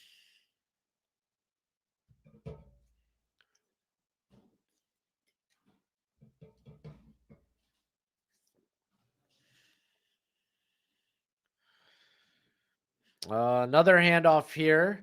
Kalen Black fights his way, probably gets the first down. Yeah, I saw Vandy flip the 5-star Georgia quarterback. Good on Vandy, man. Lee Clark, man, legitimately radically changing the identity of that program.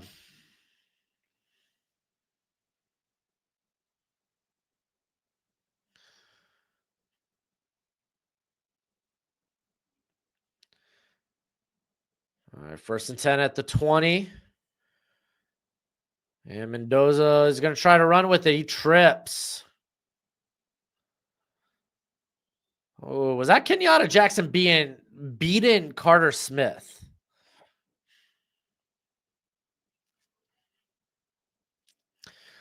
Oh, no, he ended up beating the guard. Nice.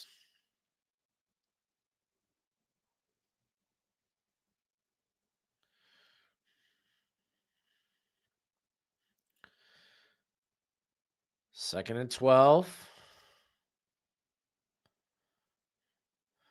And Kenyatta, almost beats Carter Smith, and then he's sacked. Mendoza trying to climb the pocket.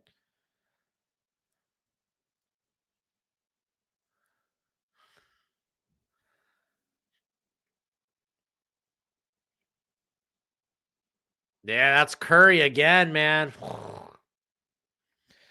Fernando ain't getting exposed. Calm down. That's quick pressure. I don't know. I don't think Patricia. I don't know. I think Patricia needs another year before someone gives him another head coaching opportunity. And it's a screen. They get it to Nowowski, who breaks one tackle. He's going to be close. Still like fourth and like 4.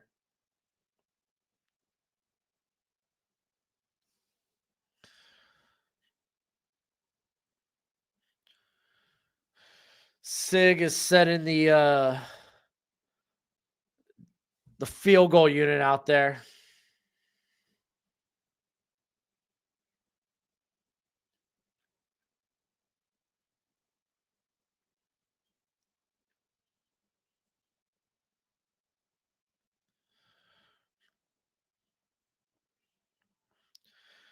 And that one is good.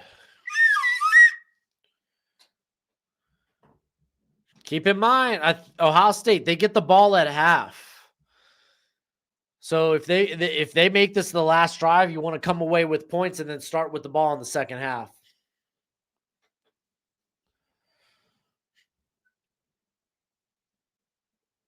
Oh man, nobody likes Mendoza.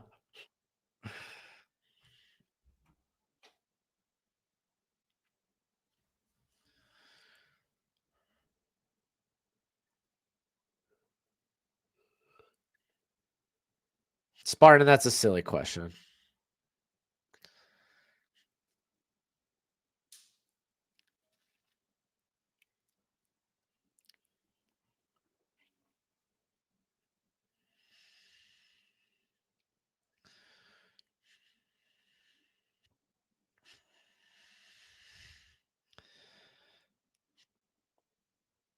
Dang, did you have that? Hey.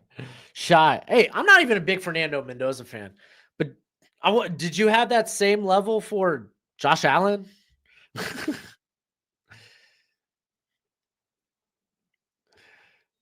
Josh Allen, though, put that Wyoming team on his back.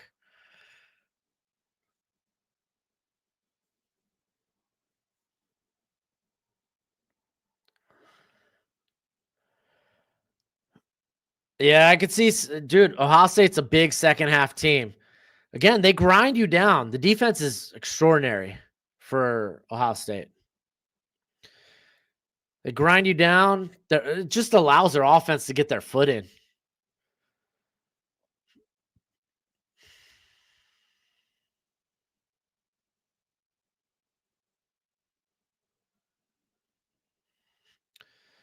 And gets it out to Carnell Tate, who's going to have the first down.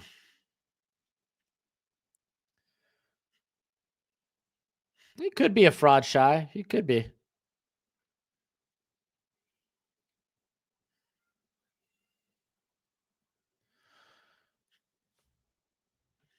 And we're going to get the 2-minute time out.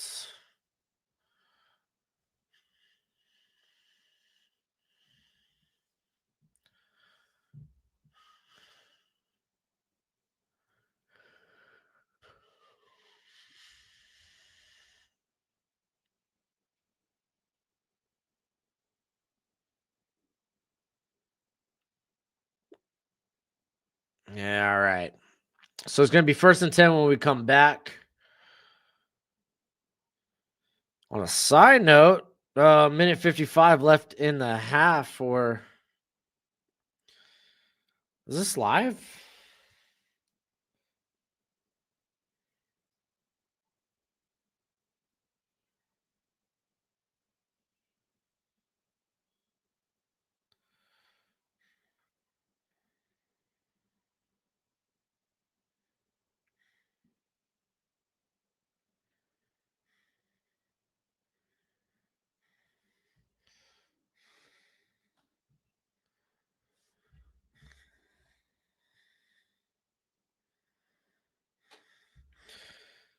Yeah, minute 50 left.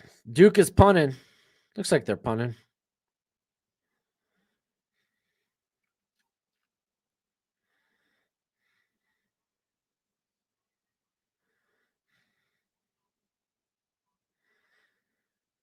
Yep. So Virginia will get another shot before the half, too. They get ball at half to put some points up.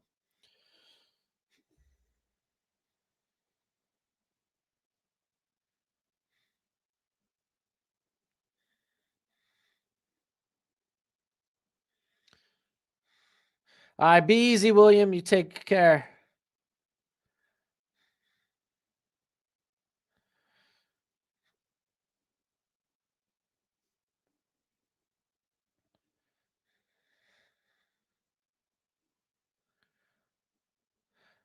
Oh, that is true. The shot Mendoza took earlier could have him less at 100%. That's fair. But I mean, that's something we're not going to know till maybe after the game.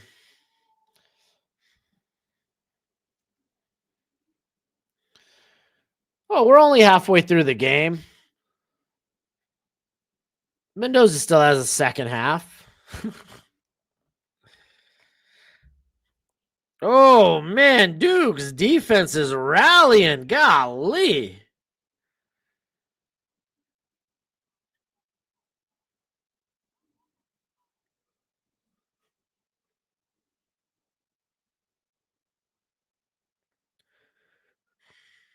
Oh, Chandler Morris only has 68 yards this game. I mean, he's 7 of 10, though. All right, 2nd and 10 from their own 30. Morris is trying to go deep. Oh, he got his guy. Golly, that dude is huge. Dude is stinking massive.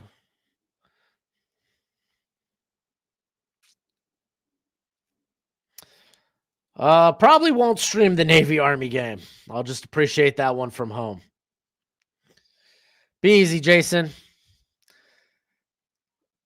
Sorry about all the ridicule. You do ask a lot of questions, though, bro. Just saying.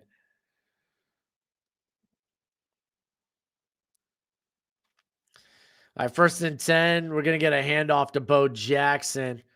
Good stop by Indiana. He gets about the Ohio State 40.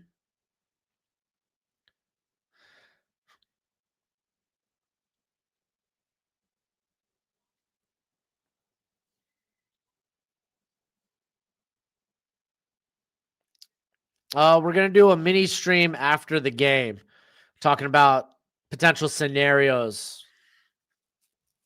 See if we can figure out what happens in the college football playoff.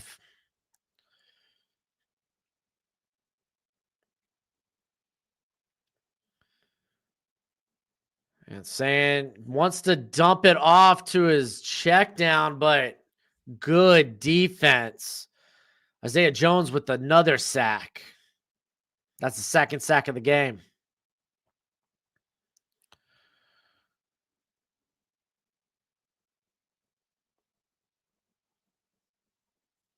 Yeah, maybe you just try to throw that sucker away. They're letting the time tick a tick a tick. We're down to like 50. Down to 40 seconds. 3rd and 8. 5 on the play clock. Saying dropping back. Here comes pressure again. Throws it up out of bounds towards the way of Jeremiah Smith. It's going to be 4th and 8 with 32 seconds left. Dude, if Duke wins, let's go. Who do you think is better, Tate or Smith? Oh, it's Smith. I love Tate though. I like Tate a lot.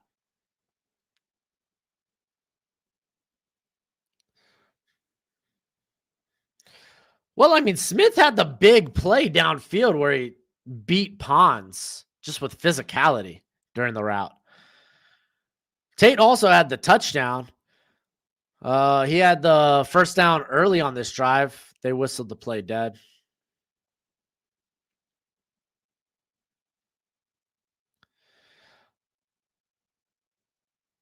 So Ohio State calls a timeout. There's 30 seconds left. I doubt Indiana could squeeze out any points. They move it back to 32 seconds. I doubt Indiana can put together a drive, but hey, never say never, right? Actually, Duke's trying to do the same thing. 42 seconds left, 2 timeouts. Oh, it looks like they're just going to run this into halftime.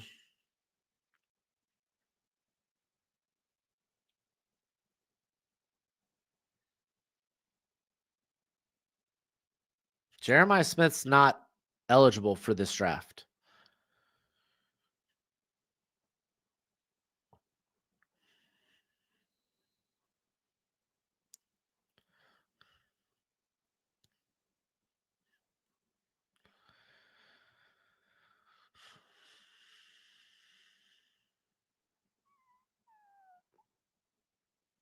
Yeah, we're going to get a fair catch at the 15.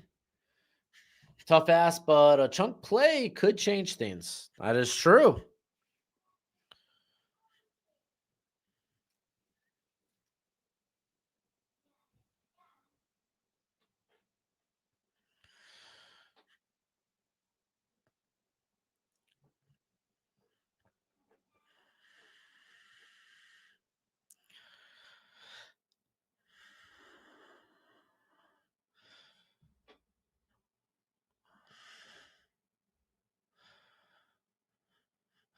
And yeah, they're just going to hand this off and take it to halftime.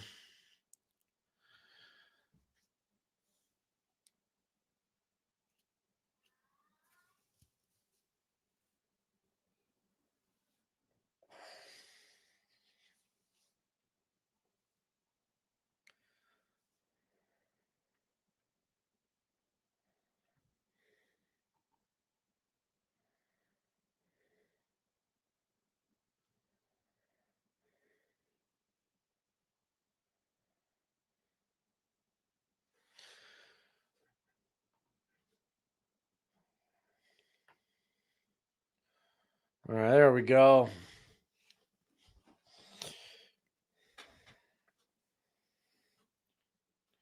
You can't get a free draft guide. Sorry, Spartan. There's nothing you can do.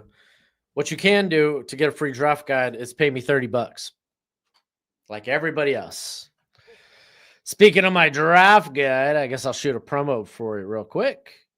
We love the NFL draft, and now my draft guide is available for purchase. It comes with over 500 player backgrounds and close to 300 player evals. It updates throughout the whole draft cycle. So when I add a new eval or I change my rankings, you're going to be the first to know. It's going to have all the pro day and combine numbers along with analytics. And it's a Google spreadsheet for right now. So you have to include your email with the purchase, but we will be switching over to a website at the end of the year. And if you get it now, it's going to be cheaper now than it will be later. It's a great way to support the channel. And as always, much appreciated, much obliged. Yeah, buddy. We're back. Don't mind me. I'm just setting up the stream for after this game.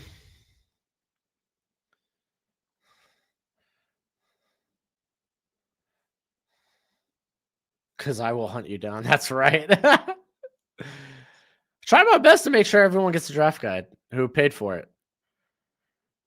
All right. So Duke's taking this to halftime. They're up 14-7.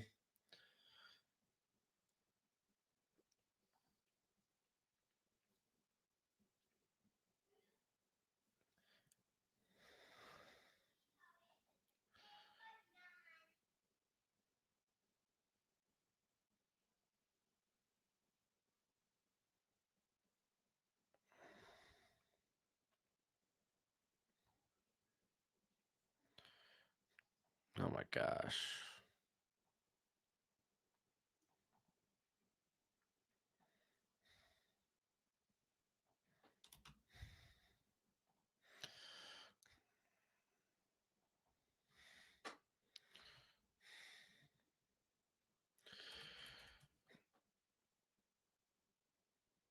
Mm-mm-mm.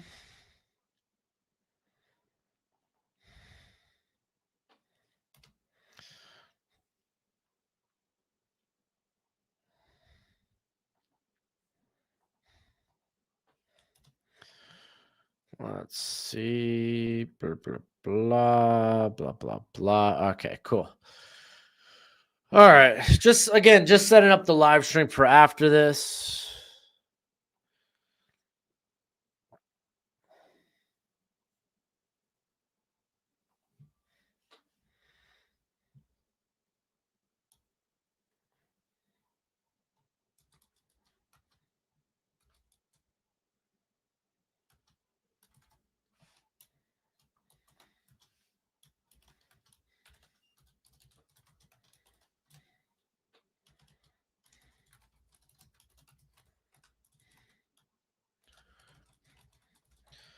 Again, don't mind me. Just putting this sucker together right now as we speak.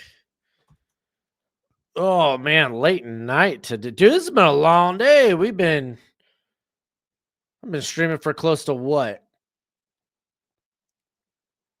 10 hours now? Golly.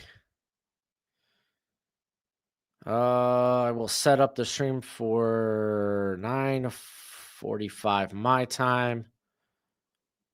What is wrong with that? Oh, there we go.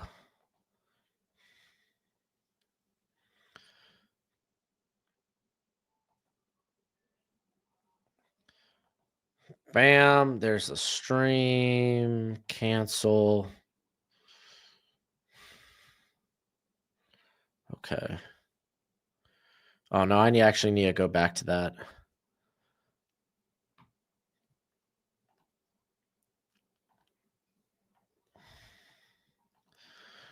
All right, I'll be back to the chat in a sec. Just again putting together this stream for after. Whoa. Hello. Ugh.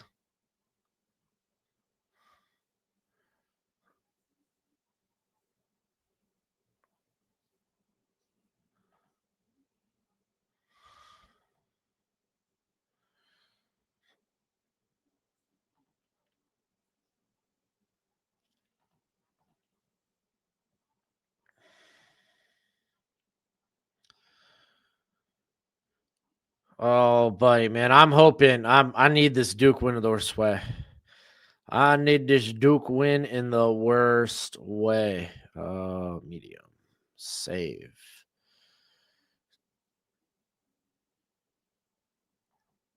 Details. Here. Done. Yes. Yes. I guess while I'm doing this, let me give a special thanks to our friends over at Underdog Fantasy. When you sign up using the promo code Broshmo, they will match that first deposit up to $1,000. News is the best place for weekly best ball or my favorite higher or lower on player stats. You can mix and match picks. So if you make a pick on a football player, you can combine that with a basketball player. They're not gonna just say, "Oh no, you gotta stick to one sport." No, you can pick all the sports, and they got a ton of sports to pick from, for real. So check out Underdog Fantasy, download the app, sign up with promo code Broshmo. But as always, play responsibly, play within your means. Bam, boom. I think I set up the stream. Let me just now make sure y'all get redirected to that sucker after we wrap up here.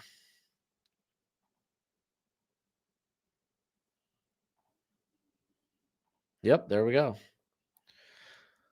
Oh, what a pretty thumbnail. I'm going to close this. And we're good. Smith is literally unguardable. Sucks. He's going to get drafted to a horrible team, probably. Most likely. Question from the White Mamba. Outside of the QB needy teams, do you think there will be many trades in this draft to get 2027 draft picks since it projects so well, or do you think teams will try to hold on to them extra tight? I don't know. That it kind of beauty's in the eye of the beholder. I guess it depends on how competitive you feel like your team is. Again, not every team has the same situation.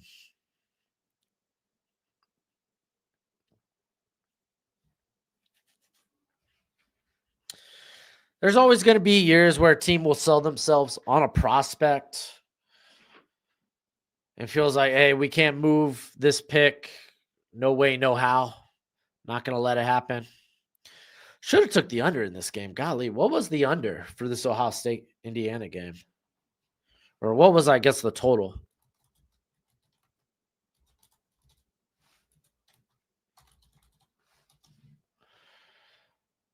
It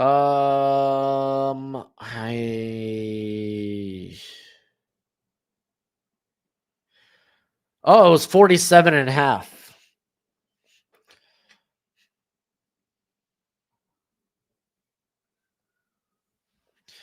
Yeah, I mean, this is the thing. It's so hard to project what a team may or may not do.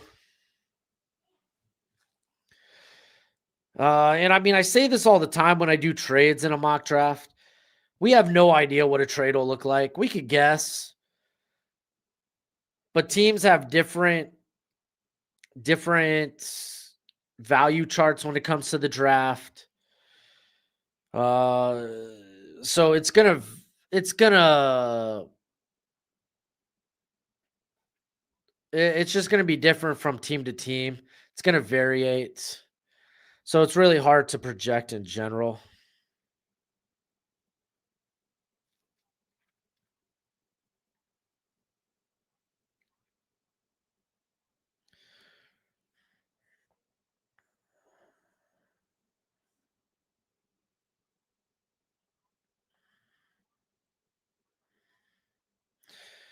Dang, I'm just looking at a few of my cash out options right now. I wonder if Ohio State opens up the whooping stick. I was thinking about the Jets selling off Big Q for 2027 instead of a 2026 first, and wonder about how many GMs could be looking forward instead of now. Well, again, that kind of comes with job security. How secure do you feel in your job that you can actually make those plans to the future? Or are you in a situation where you feel like you have to make moves now? Again, not everyone's in the same boat and can look ahead or can afford to look ahead.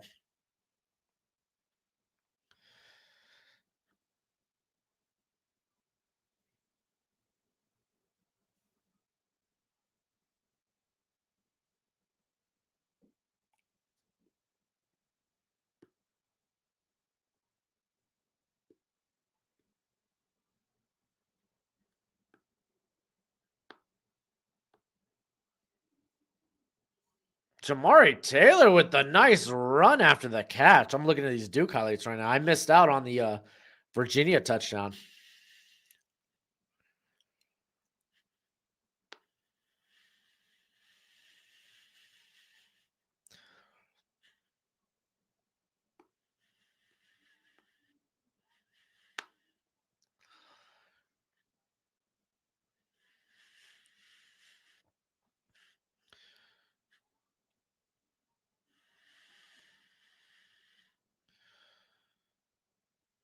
Yeah, everyone, their mom.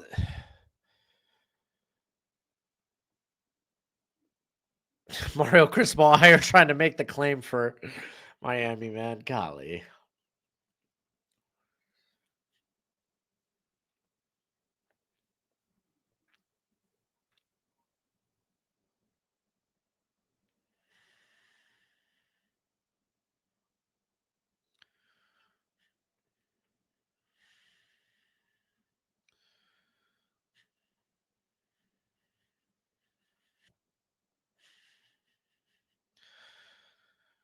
Dang. Freaking.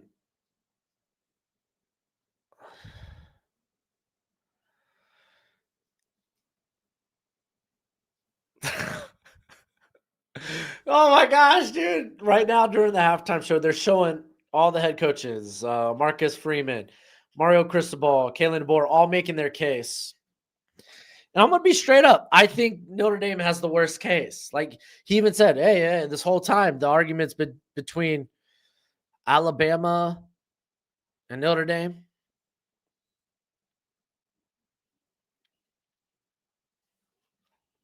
I'm right here. I'm right here listening to Mark Ingram actually make the case against Alabama. That's wild. But like, yeah, Freeman, the debates between Notre Dame and Alabama. It's not Notre Dame, BYU, Notre Dame, Miami. So they see us in a different light. So the case is to be made, and I think have a better resume than Alabama. And it's like, okay, yeah, deflect, deflect, deflect. Let's not talk about this Miami head to head. Deflect. So like, I'm just be straight up, man. Because I would love to bring Vandy and BYU in this conversation, but realistically, the conversation is not being had for any of those teams. We could talk about, well, shoulda, coulda, woulda, but like, no, that's not the conversation that had. Right now, the discussion is about Vandy. It's about Alabama. It's about Notre Dame. It's about Miami.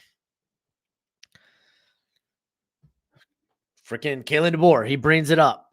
Hey, they set a precedent that teams will not be penalized for how they perform in the conference championship game.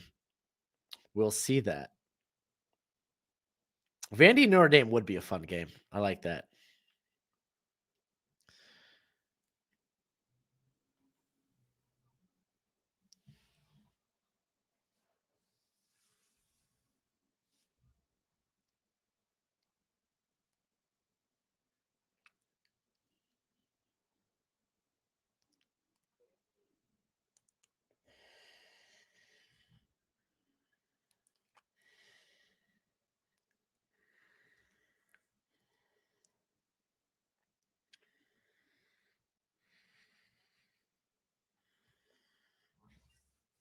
Oh man. Let me think. Let me look at this. True. And like you said earlier, trade value is subjective and fluid. Part of why I find trades interesting in mocks, but the returns mean nothing. They're purely hypothetical to make a scenario. Yeah, exactly. It's tough. It's tough doing trying to make trades make sense. I mean, you could kind of have an idea of what teams can trade and what teams can't. Who could be moving up? Who can be moving down? And you can kind of get an idea of like at least what teams can move. Then again, you have a team like the Falcons in this past draft. It's like, man, if anything, they need to trade down. They don't have a lot of draft capital in this class.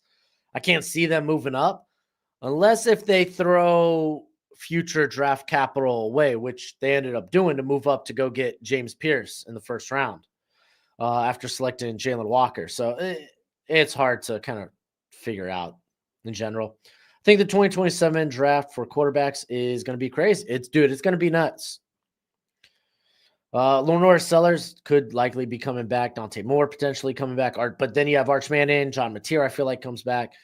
Nico Imalava, butchered it, I know. Dylan Raiola, DJ Lagway in the transfer portal. Julian Sane will be eligible for that class. It's going to be nuts.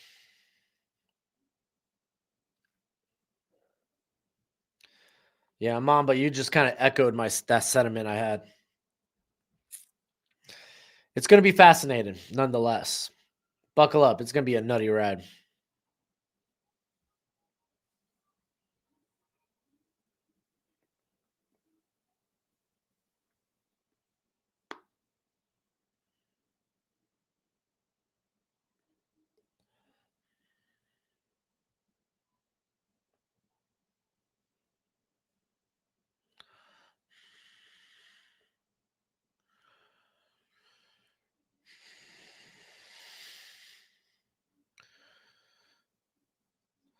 But I mean, I get it. There's a lot of names, but you can't just get stuck looking ahead. You never truly know how good a class will be or how it'll end up. Ross, what do you think about Zachariah Branch? He's a really fun player to watch. Yeah, he is. He does feel like more like a gadget player right now, just because, dude, averaged up the target 3.3. I would like to see him be more a factor downfield since he does have the speed like that. More of a factor just on the intermediate. So the route tree is just not there right now. We'll see. Who you got? Bears, Packers tomorrow. Man, I'd probably lean Packers. Bears will find a way to be competitive. I don't know. I'm a Dolphins fan. I'm not in on the NFL right now. I'm done. I'm done. Dolphins on a win streak, killing our draft capital. I don't know. Bears are fascinating, man. They really are. 9-3. Didn't expect that for the Bears this year at this juncture.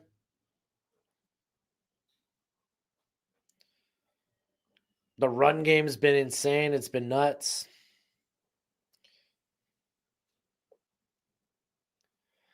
Dolphins doing good. Stop it, Jeff. You're crazy. We're 5-7. What, we beat the Saints? Yeah, we got to win against the Bills, but that's a division game. Division teams normally play each other pretty tight. Come on, let's be honest. Dolphins aren't a playoff team. Even if they made the playoff, they're not going past the wild card. We haven't won a playoff game in 25 years, so I don't want to hear it.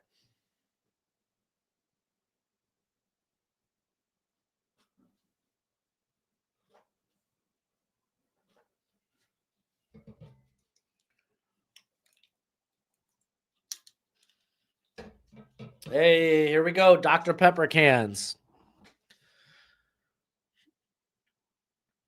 We got the dude here wearing 23. I'm a big Ronnie Brown fan. That's Francis. What number is Alex wearing?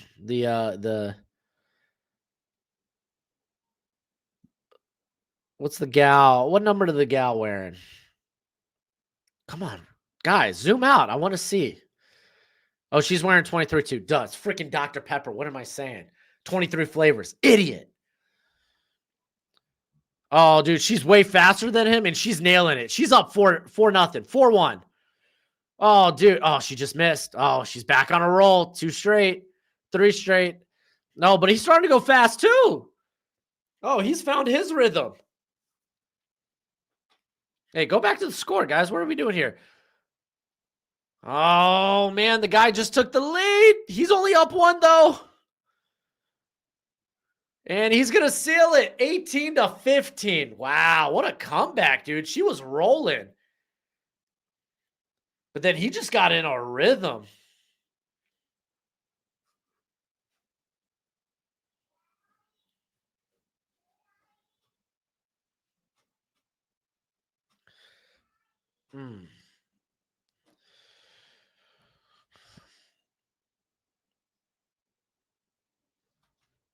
All right, how much longer till half? What, Gojo?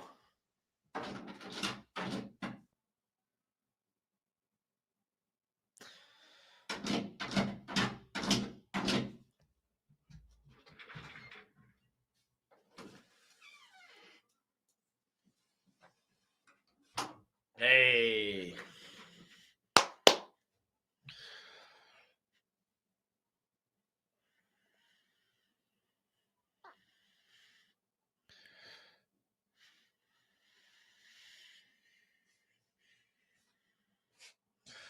How's your day going, Coach? Amen. Hey, buddy. Gojo. Guess purebred. Good boy. You want to take a seat or you want to say hi? Here, come on. Oh, why are you making me do all the work? You're a heavy dog, bro. Purebred, good boy. Come on, you can't give the people a smile.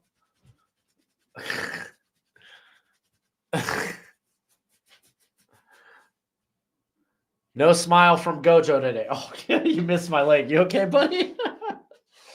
You went free falling for a second. Oh.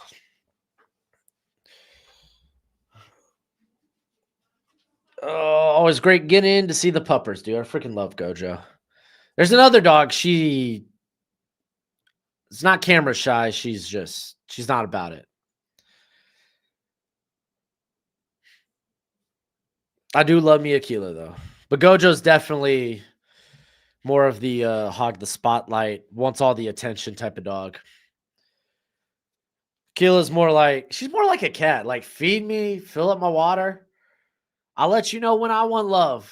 Till then, I'm just gonna go about my business. Leave me alone. Dude, look at that. Darren Manessa. 14 to 17 for 101 yards and a tutty. Solid.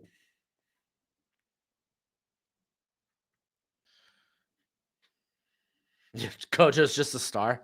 I mean, look, look at him with the underdog cape.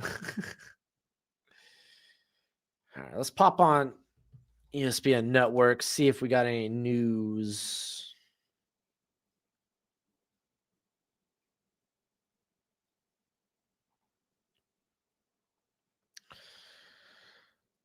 I wonder what the word is on Omar Cooper. Oh, Baylor's hiring a new AD? Uh-oh. I didn't even know Baylor fired.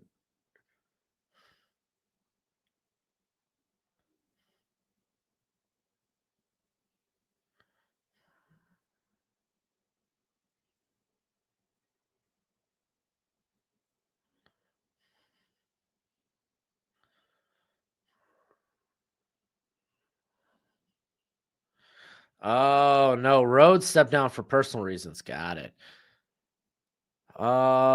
Teams are taking the field. I'm going to take a quick look. I think Manessa is going to stay, and I think he could develop into a day 2 pick. He might not have like the craziest tools, but he's a good quarterback.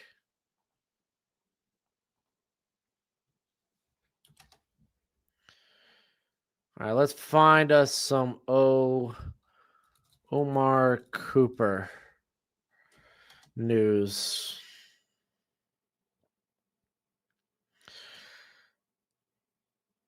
All this is from an hour ago. No, I want.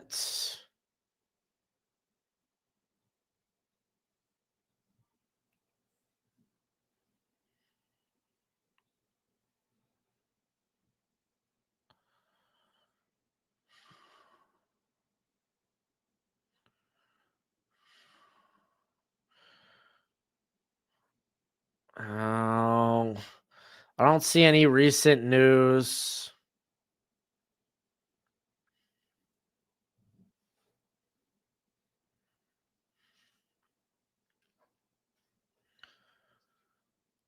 Let's check out the latest.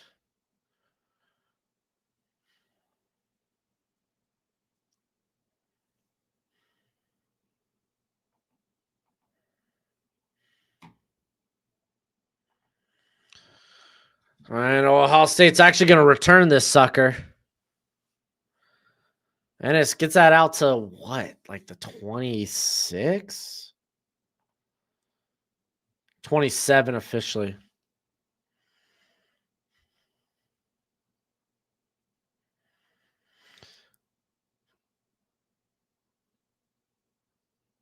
I got someone that tweeted said no Omar Cooper out there during warm-ups. That's not good. Hey, what up, Nintendo Mike?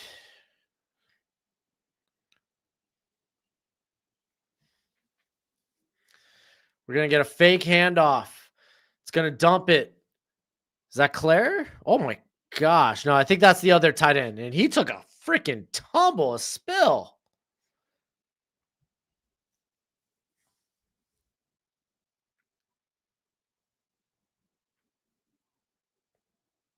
Oh, Duke's got a player down right now on their defense. Looks like he's in a lot of pain. That's rough.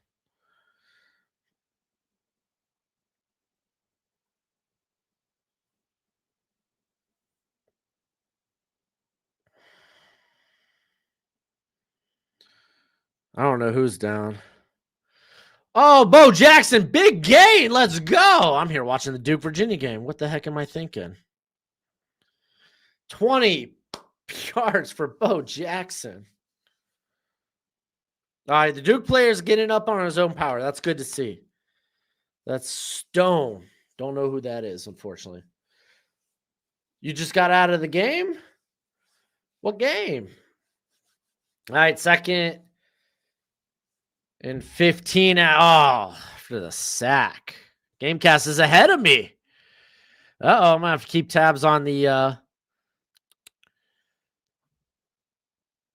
actual broadcast. As, yep, there's the sack. Ooh, gnarly sack. That's Landino, who's not even, I think, eligible this year. He's eligible next year.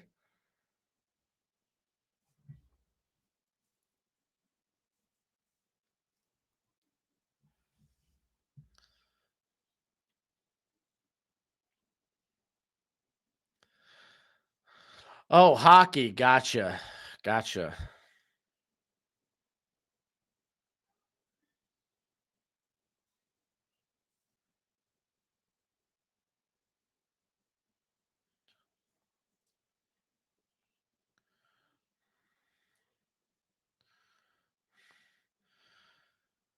Second and 15 here for the Buckeyes. Oh, here comes the pressure again, and he's sacked. Oh, he breaks free. And he throws away.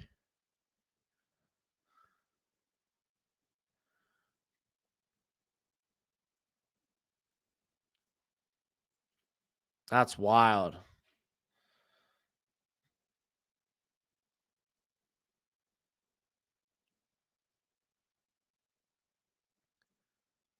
They're calling it a sack?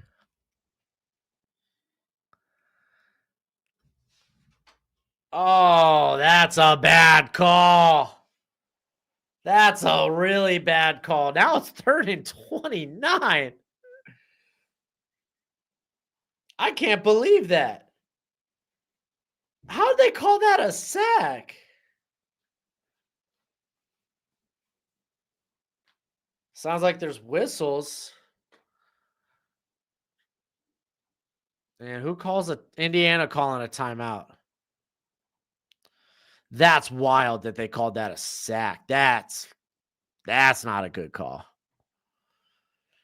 Some would say that's even a bad call.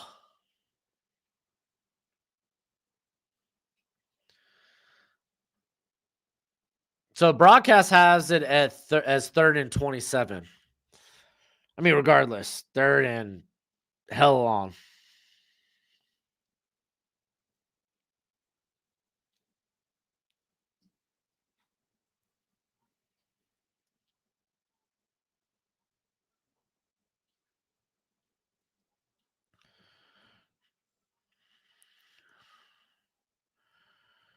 Oh, there was a face mask on Daly as saying broke away. I mean, they didn't call it, but There is a face mask there.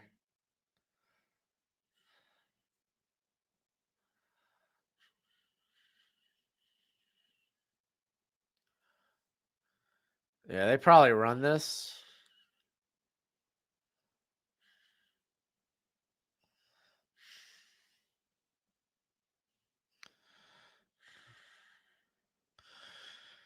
Gets it to Jeremiah Smith, who gets just back to the line of scrimmage. They're going to punt this sucker away. Woo!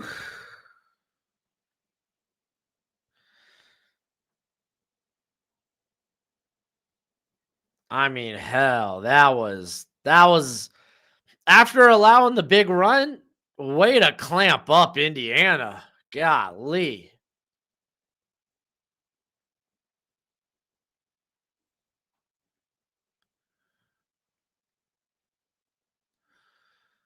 And this ball is going to bounce dead at about the 11, maybe the 12.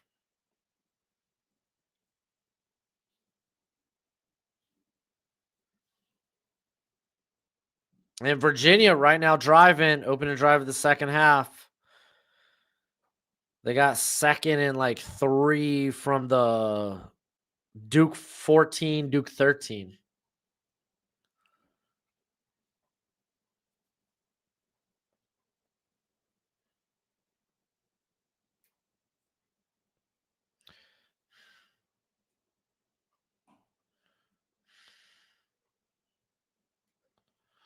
Yeah, dude. I mean, Indiana, if they get any points, that's kind of huge. Preferably, yeah, you want to take the lead here, but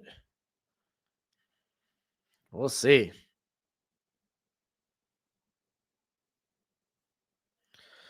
Third and 4 right now for Virginia. Wow, they have more drives rushing on this drive, or they have more yards rushing on this drive than they did the entire first half. That's funny.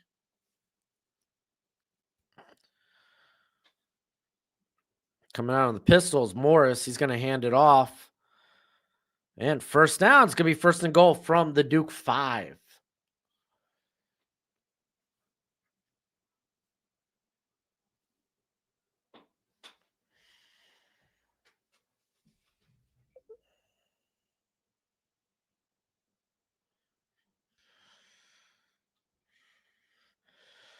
Hey, Wade with 99 cents. Much appreciated, much obliged, my friend. Much appreciated, much obliged. Yeah, it looks like Virginia's just going to run the football. So I don't blame him, man. Jamari Taylor's a hell of a back.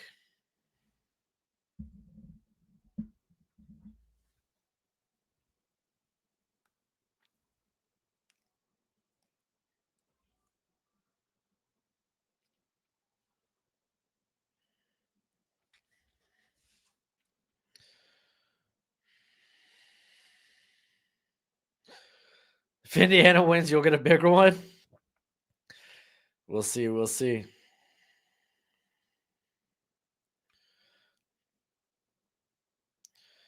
And Chandler Morris is going to hold on to it, and he gets stuffed, tackled there. It's going to be third and goal back from like the 8.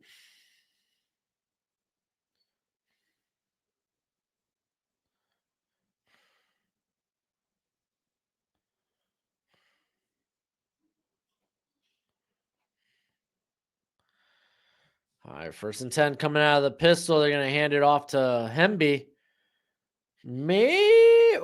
Line pushing. Maybe he gets about 4 or 5 yards out of that.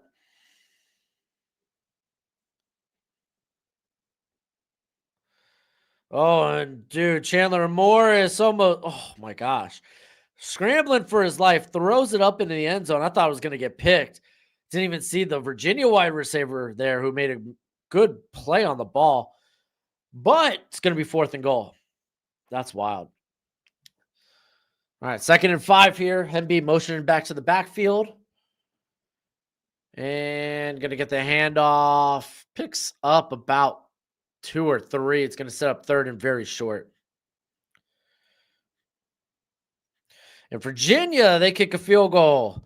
Duke remains up 14-10. Just put 40 on Indiana money line. Oh boy.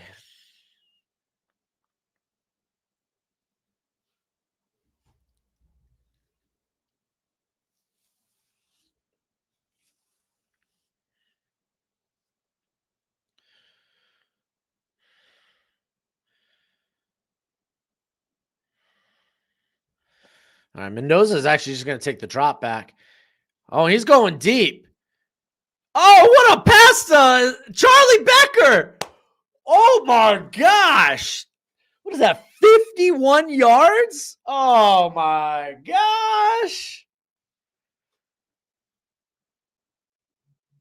Whoa, what a huge play.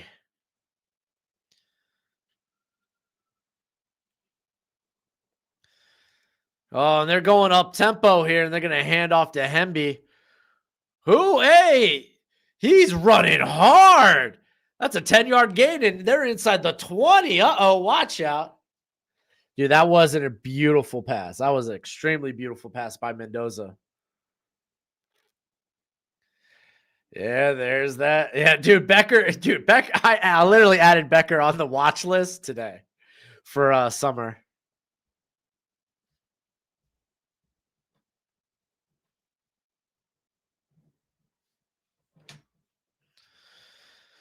First and 10.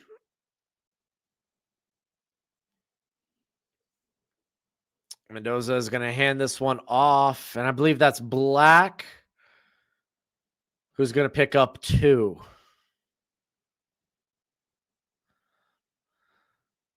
No, I don't. That wasn't. No, that was Lorenzo Styles that got burnt.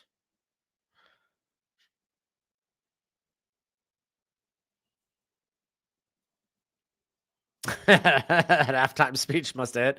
It's Kurt Signetti. Of course it did.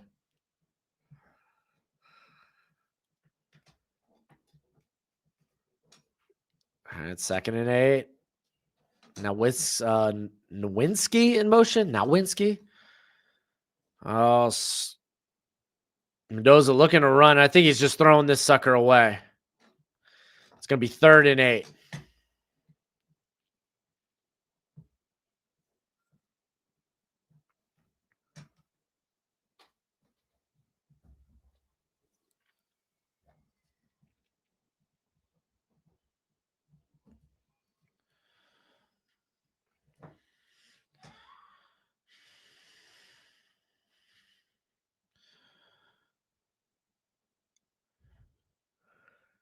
All right, here we go.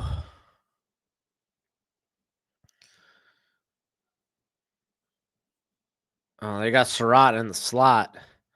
Oh, and they're throwing a fade. It's Surratt, touchdown.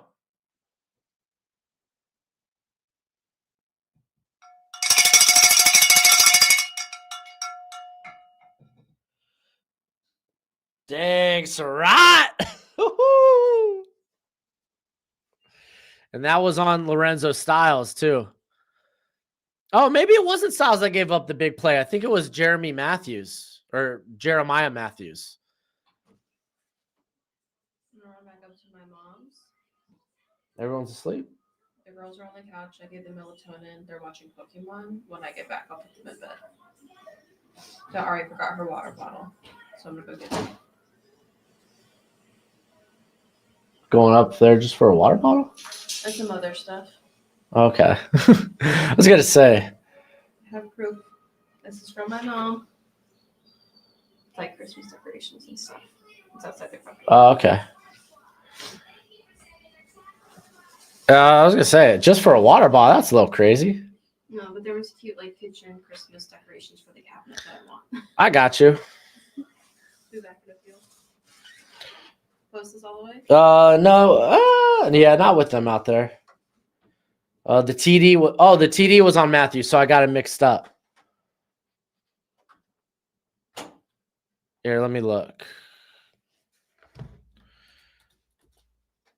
Oh, Gojo, I don't need it. I don't need your sass. All right, number 3 was toasted on the 51-yard play. Number 3 is Lorenzo Styles.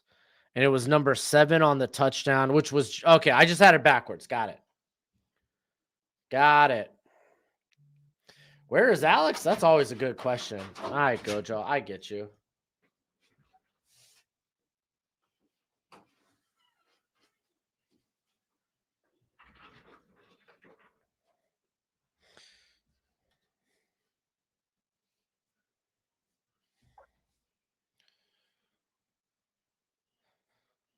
Yeah, I don't know what Alex is up to. Same thing happened at Oregon game. They controlled the scrimmage. Oh, she went to go to get Ari's water bottle. She's gonna come back. She'll be back. Here, can you just go wait on the couch with your sister? Okay. She'll be back, okay?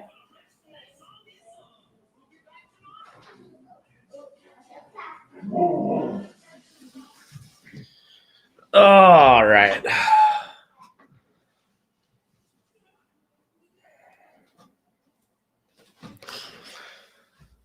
I like this. I like seeing Ohio State take on adversity. How can they respond? Opening drive of the second half. You start out with a 20-yard run, and then things get scuffed. Have to punt. And then you get hit with the big play. Because Michigan wasn't given this. You weren't worried about Michigan hitting the big play, or at least through the air.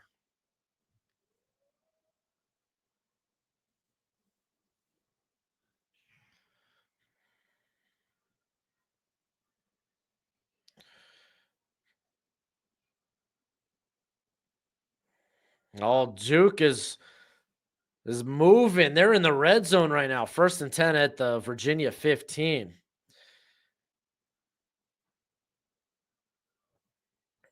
Oh my gosh, this whoever number 7 is for Duke just made a couple of guys miss.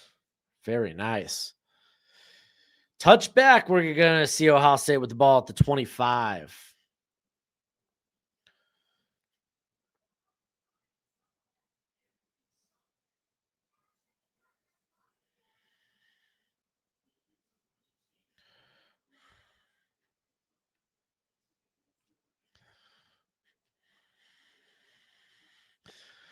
First time trailing in the second half this season by the Buckeyes. Hoo-wee.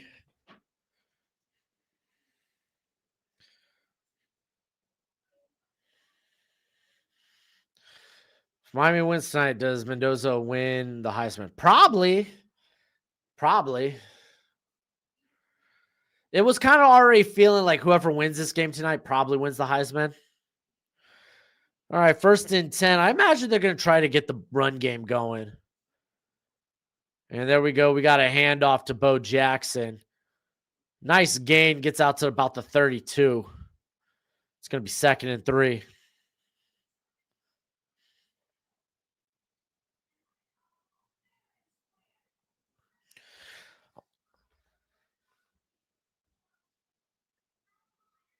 Oh, no. Duke's going to have to decide, do they go for it on 4th and 2, or are they going to just kick the field goal?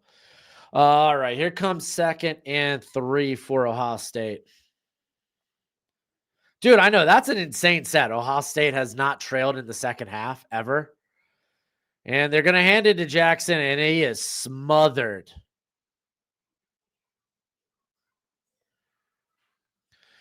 It's going to set up 3rd and 4. Oh, and Duke is going for it on 4th and 2. Woo, woo.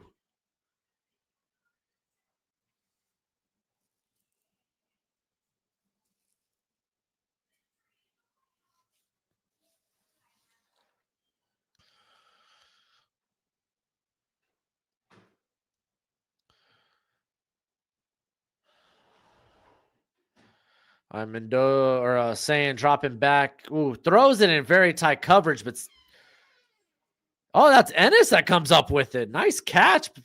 Had 2 defenders draped over him. That honestly, it's more of an impressive catch there by Ennis.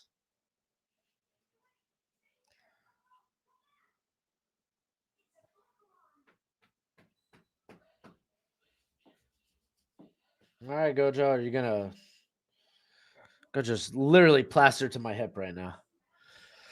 All right, 1st and 10. Gonna get the handoff. Nope. Sane's gonna hold on to it, keep it, dumps it to the tight end, and that is Max Clare, who he's got some acceleration, man. He could rip off a ton of yards quickly.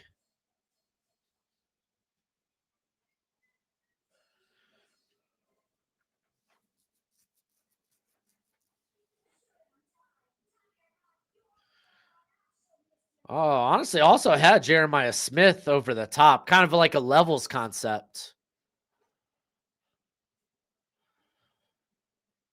All right, 1st and 10 coming out of the pistol. Handoff here. Oh my gosh, didn't fool anybody. I think that was Tucker with the stop on Jackson. He's gonna, was that Jackson? No, that was Isaiah West. Gonna lose a yard or two there.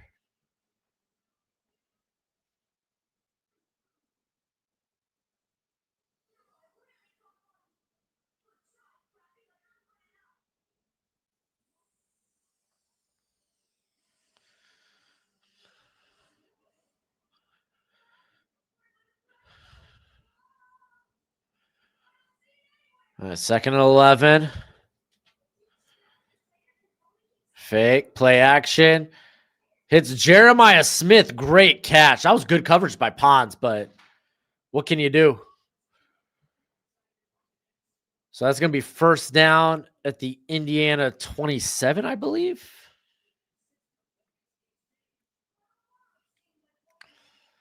Dude, that was good coverage, man, but he's getting bodied.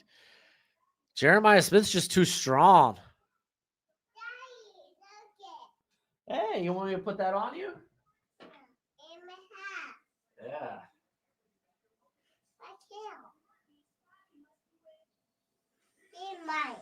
Yeah, gets it to Claire. That's going to be about 7 yards. There you go. There. All right, you go sit, okay? Gonna be 8-yard gain, 2nd and 2. Hey, Ray, let's go.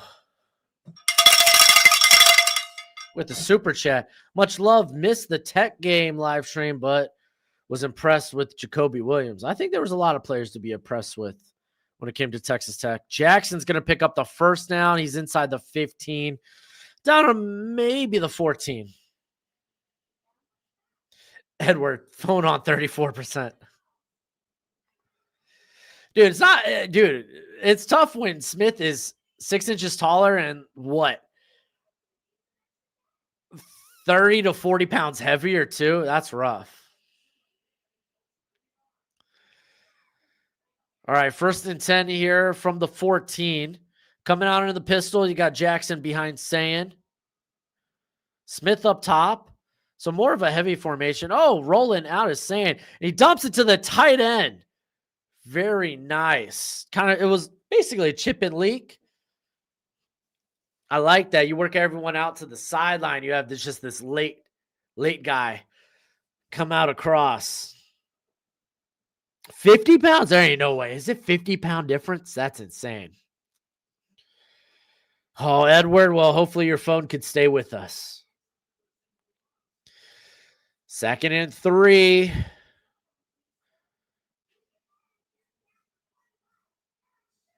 Still just Jeremiah Smith out there. So a heavy formation. They're going to hand it off to Jackson. It's going to be close to the 1st. It's going to be like 3rd and 1. That's hyperbolic. That's hyperbolic, Mr. Goat. Alabama looked like the worst team in college football today. You should watch some UMass or Kent State. All right, here it comes 3rd and 1.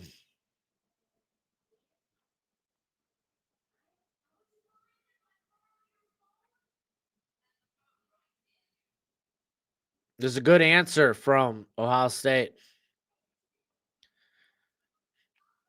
Oh, they're gonna pass this, trying to get it to Jeremiah Smith. Not enough room there though.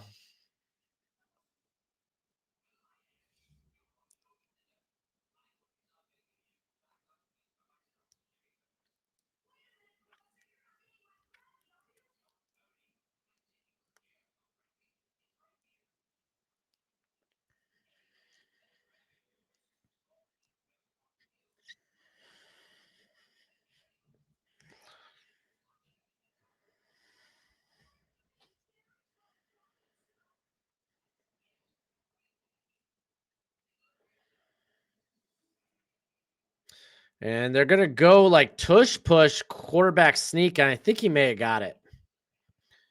Yeah, they're marking him down. He got it. It's going to be 1st and goal from the Indiana 3.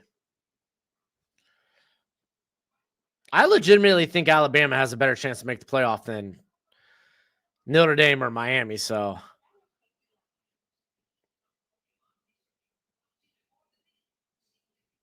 I mean, yeah, I wish they showed out. I wish they showed up today, but that's a Georgia team that they have already beat. Are they reviewing it? Okay, they're reviewing it.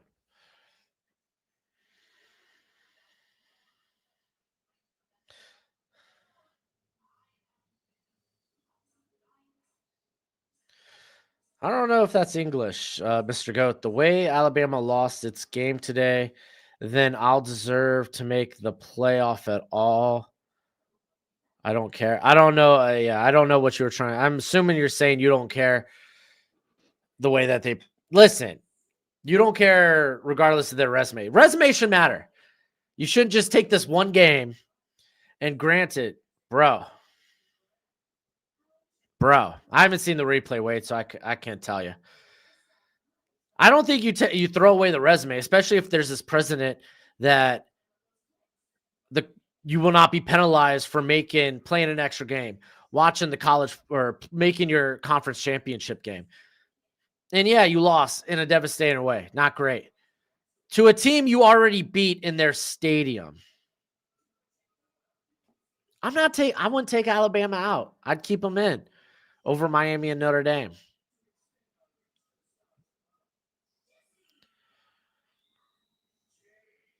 They got better wins. They played a tougher schedule.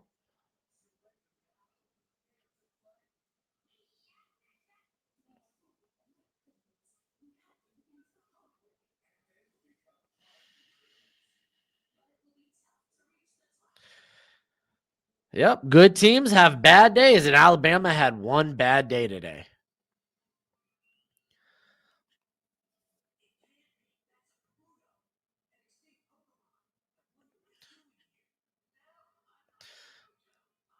But I mean, think about it. If Alabama wasn't in the SEC championship game, they'd be in the college football playoff, no problem.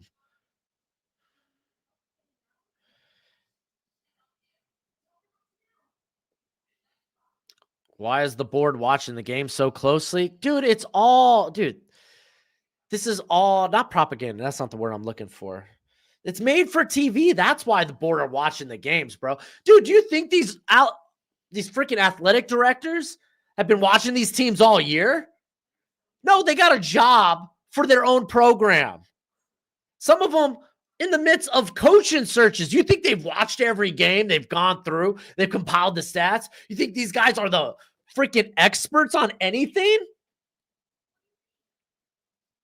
They got the knee down at the 5.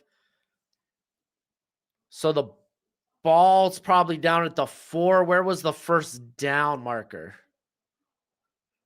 Oh, the turnover on downs. What of a turn of events. I wish the broadcast was playing when they came to that decision.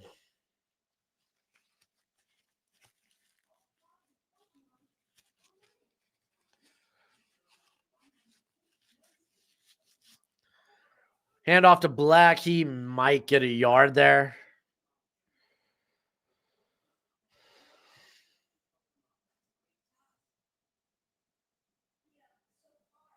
Yeah, I mean, at the end of the day, we just react to whatever the freaking college football committee decides.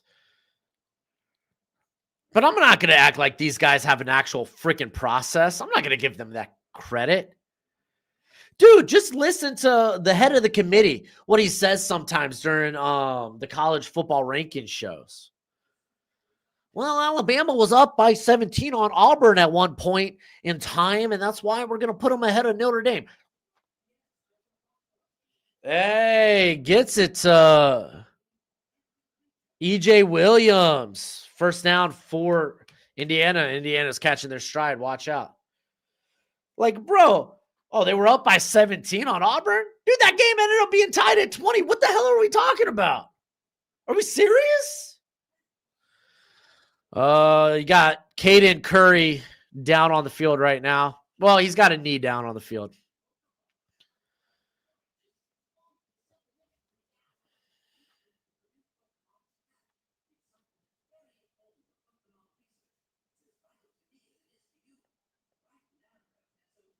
Duke ended up settling for the field goal. They did not go for it on 4th down.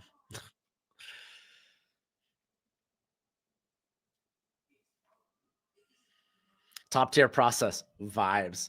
Also, the second half is spicy, dude. You want to talk about adversity, man? Ohio State is facing it. That's what I'm saying.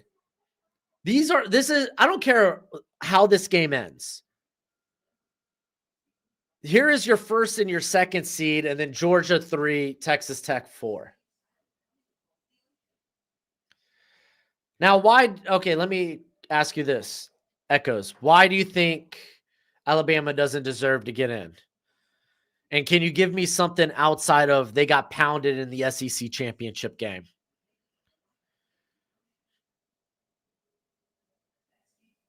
Or can you give me a better case maybe for Miami or Notre Dame?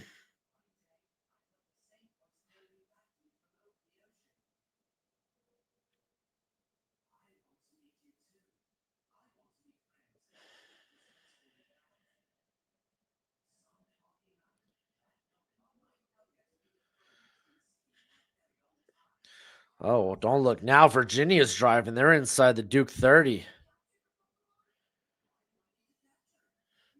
They moving. They moving. They grooving.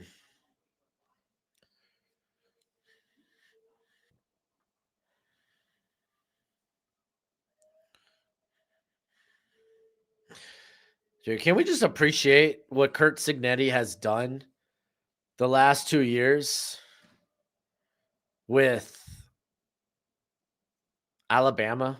Wow, Indiana. Sorry, I was reading a comment. With Indiana, how he's turned that program around. Alabama and Notre Dame both better than Miami. Are they? I don't know. Last time Notre Dame played Miami, Notre Dame actually lost.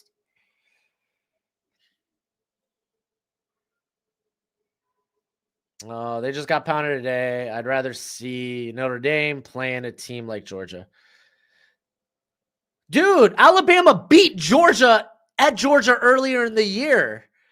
Who's to say we get the same results as we got today? Bro, I don't care about who you'd rather see, just like you shouldn't care about who I'd rather see. I'd rather see Vandy. But check out the resumes. Who do you think deserves to go based on the resume? It's Alabama. I think it's Alabama, and then we could have the discussion about Notre Dame and Miami. Oh, wait, there's a head-to-head. So probably should be Miami. I doubt it. I think playoff committee is going to probably send in Notre Dame.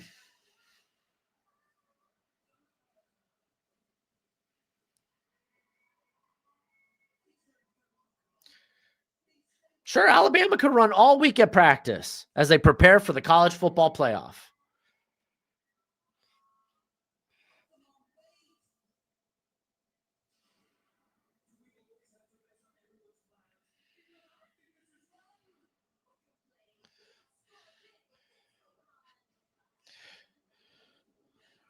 Cool. So you didn't see any play. Dude, Jeremy Bernard, first off, was freaking a man possessed trying to will Alabama back into that game. To say their top receivers suck, I'd pause. Jeremy Bernard's hella good. Even Ryan Williams showed up a little bit here and there, but he's been a question mark all season. I don't care about what you saw in this game.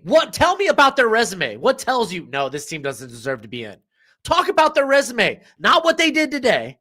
You can include what they did today, a part of their resume, but you're saying nothing else about this team that beat Georgia earlier in the year, went on a run of beating ranked teams for a month.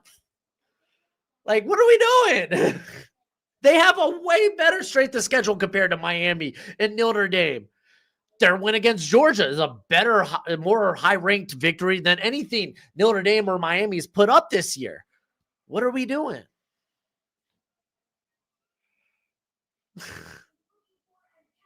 Dude, I don't even want to root for Alabama. I'm still mad Florida State didn't get in when they were undefeated in ACC champs. First down, Charlie Becker, by the way. Let's go.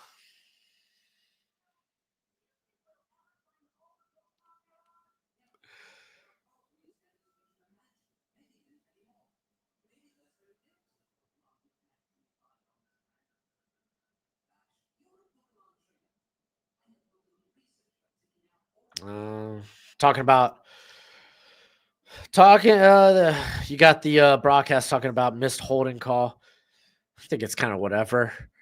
Handoff here to Black, who's trying to break it outside. For the most part, decent run defense, but still ends up getting 4 yards.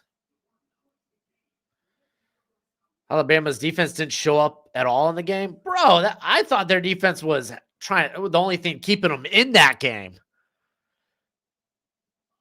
The way Alabama played in the first half offensively, and you're going to criticize Alabama or Alabama's defense, who only allowed 14 points, which, by the way, one of them was a short field off the blocked punt. Are we really going to talk crap about the defense? Okay, calm down. Mendoza going outside. Wide open is Becker for a first down and almost breaks free.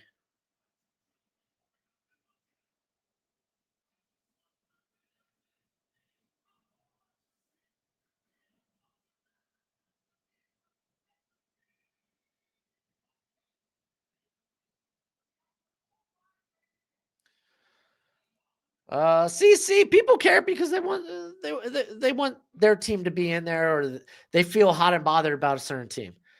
Like, they got to put someone in there, so we might as well argue about it. All right, hand off to, I think that's Hemby, who's going to pick up 4. All right, well, Mr. Good, I don't think we were watching the same game if you think Alabama's defense didn't show up today. I think that is a wild statement.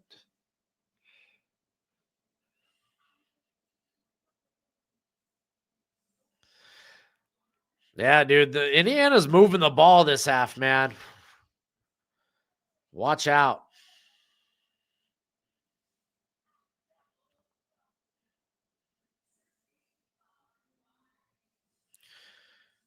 And they're going to stay on the ground, and Hemby picks up maybe 2.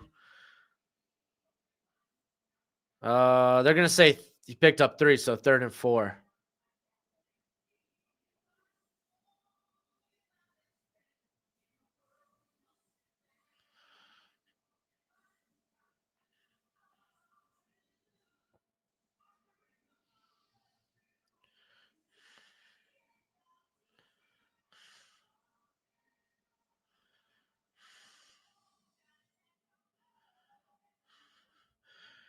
All right, here we go. 3rd and 5 officially. Mendoza dropping back. He's getting pressure. Oh man, they're coming after him. That's Arvell Reese with the hit too, and they throw. And Mendoza just can throw this sucker away.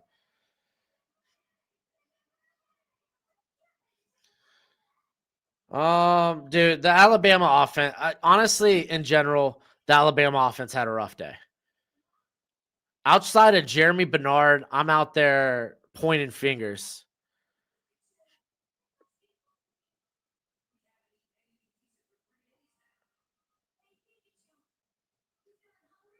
Oh, did Virginia just turned it over on downs on a side note? They were going for an end zone shot. Almost had it. Good coverage, though. Oh, wow. So Ohio State's going to get this ball at what? Maybe they're 9, they're 10.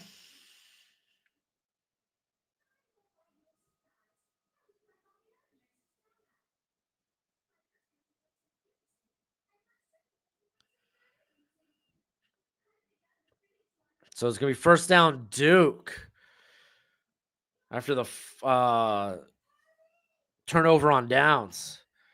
All right, before we get back to this next drive, I'm going to go to the restroom. I'll be right back. Oh, I can't believe I still got the poll up. And poll.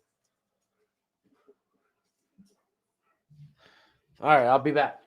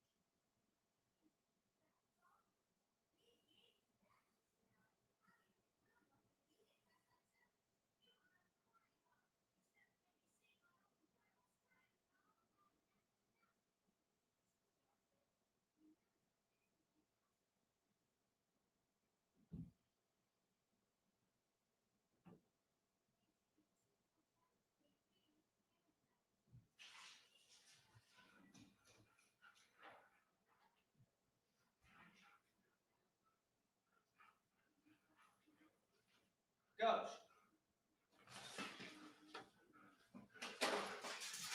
Okay, they're going outside. All right.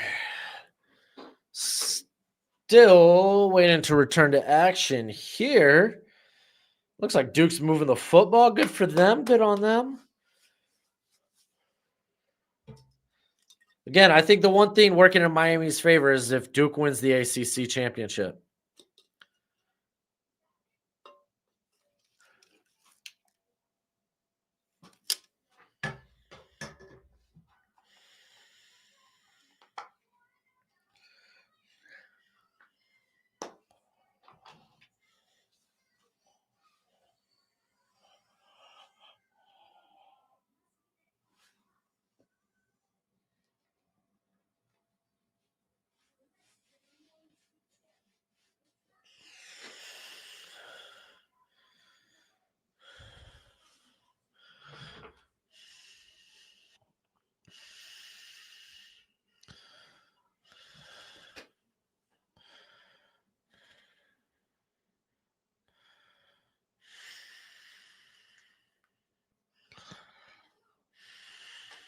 All right, here comes Ohio State on offense. Down at their own 10.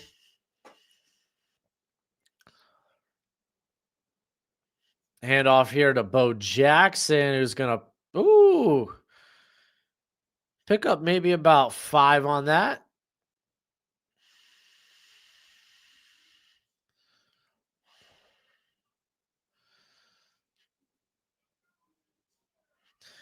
I mean, dude, that I'm telling you, wide receivers didn't show up for Ty Simpson. I don't think that's completely true. There were a few plays, yes, they should have made. Ryan Williams should have had that touchdown. You can make the case Brooks should have had that touchdown. But, dude, Jeremy Bernard, big run by Bo Jackson. But Jeremy Bernard played the hell. Played the hell out of that game and was trying to will Alabama to something.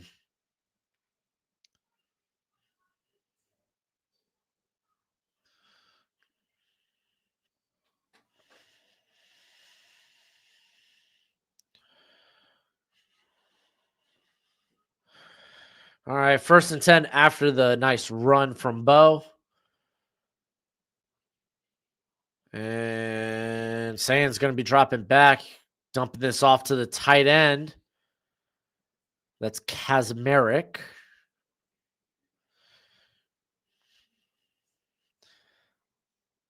Oh, yeah, Bernard had that, that 4th down drop. But, dude, that was tough. That was tipped as well. But, yeah, he should have had it hit him in the chest. But are we going to pretend like Bernard didn't will that the only touchdown they had in that game? Dumped off, stiff-armed a guy, made another miss, and forced his way through. There was one drive where he was literally the guy down the whole field. Don't put that crap on Bernard. Oh.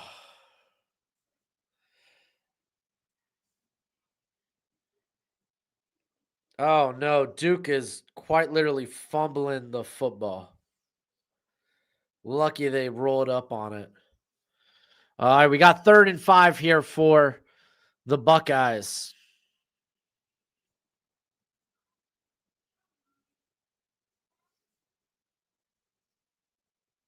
Dante Moore would go over Fernando Mendoza. I'm a big Dante Moore guy. And gets it to... That's Donaldson, the running back, the big thick back.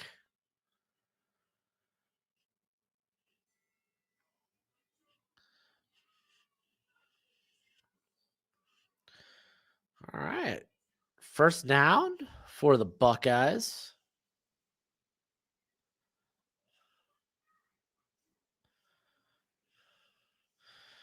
And fake the handoff. Looks like they're throwing a screen to Jeremiah Smith. Nowhere to go, and they're losing yardage here. Woof.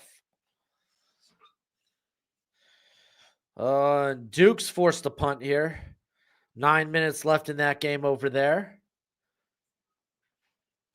Yo, how did the Virginia Duke game slow to a snail's pace and suddenly what? We're down to like 6:40 in this game? That's wild. Hey, Coach. 2nd and 15.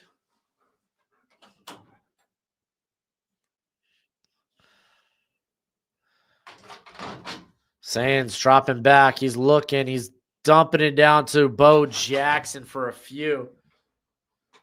Oh, there you go, Coach. That's going to set up a 3rd and 8. Ugh.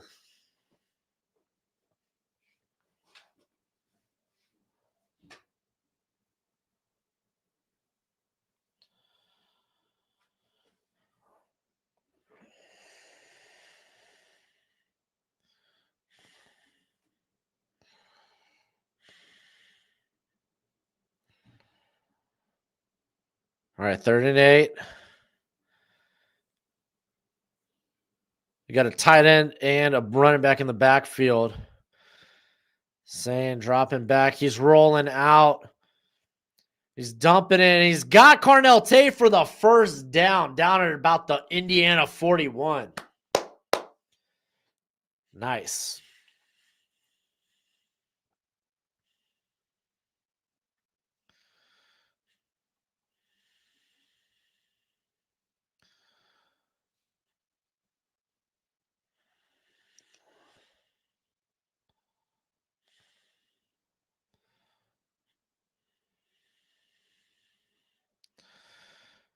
All right, 1st and 10. Jeff, come on, D. Handoff here to Bo Jackson. It's going to pick up maybe 2 to 3 yards. What up, Nintendo Mike? Welcome back.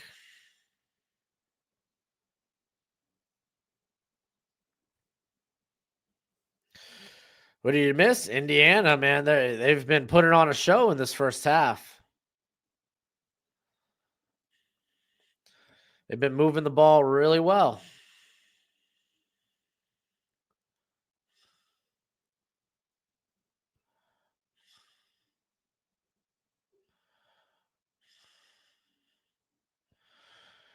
All right, 2nd and 8. And fake the handoff. Here comes pressure, stepping up, and he throws this one away.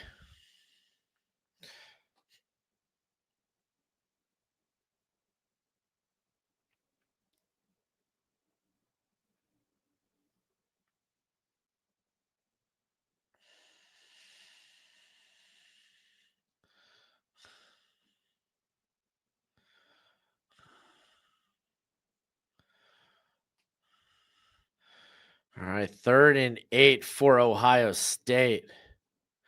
4:43 left in the game.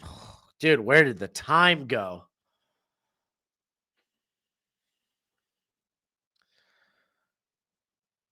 And blitz. It's a backwards pass to Ennis, who's throwing it back to Bo Jackson on the trick play.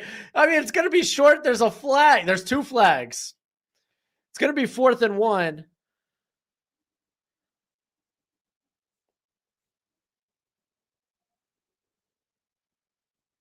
What's the penalty?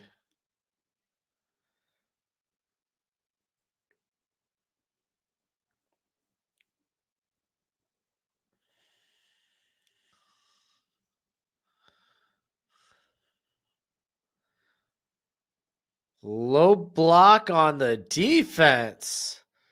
Pourquoi? Pourquoi?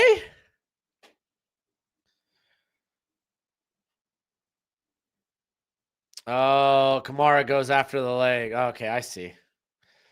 No, I don't think Bama's out. I think they still got a good case to be made.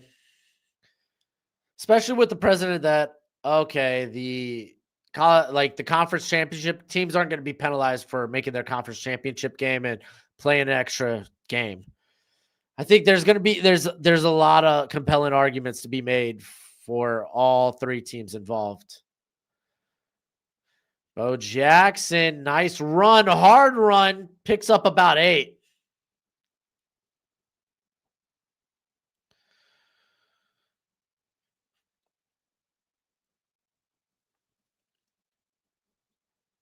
Down to 4 minutes. Signetti's losing his mind. I love it.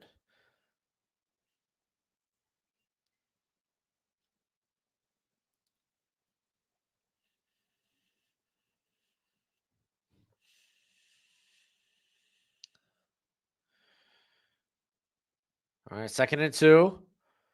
Coming out on the pistol. And they're going to hand off to Bo Jackson for about a yard. It's going to be 3rd and 1.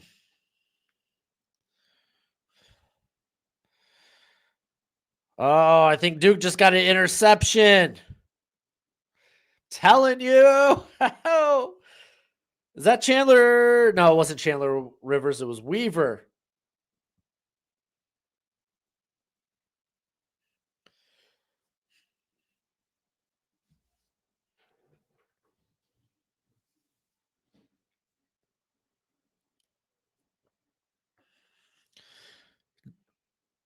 Man, no receivers on the field. Oh, it's going to be a fake. He's going to roll out. Oh, what a freaking play by 21. That's Hardy. As they try to go for a little bootleg, try to get it to the tight ends.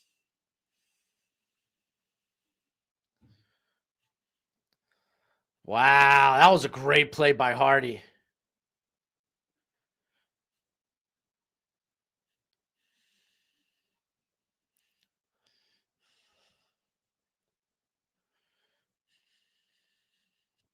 I'll answer that question after the field goal.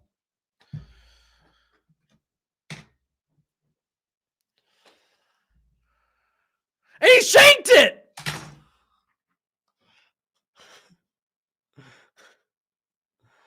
Oh, no. 2:48 left in the game. Wild.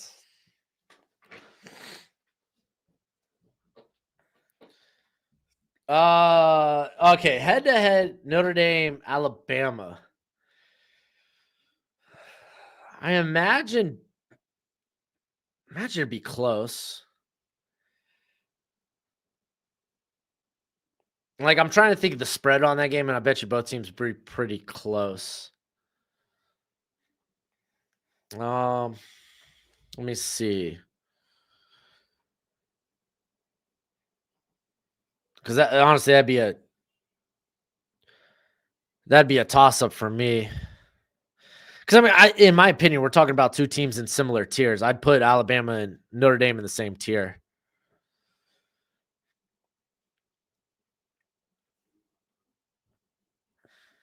And if Bama can get back, I don't know what the timeline is with Huevos or Hueves, the tight end who's been out. Because like, it's wild to say, but the offense is radically different when he's there as the safety blanket for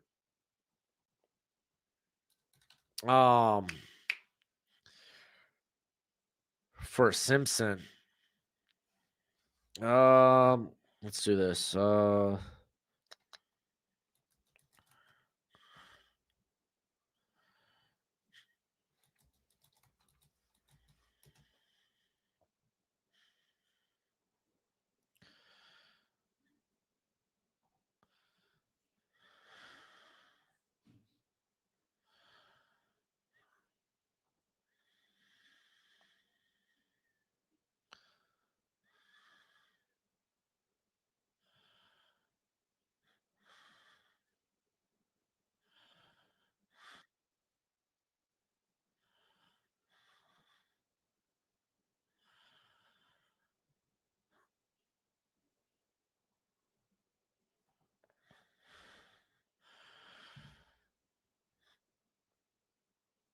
I guess Alabama would be the favorite, or not Alabama, Notre Dame. It would be slight. Notre Dame probably would have like a 1.5, 2.5 point edge. Did I say Alabama? Notre Dame. Notre Dame would have 1.5, 2.5 point edge. I don't know. To me, that'd be a toss up. Who would?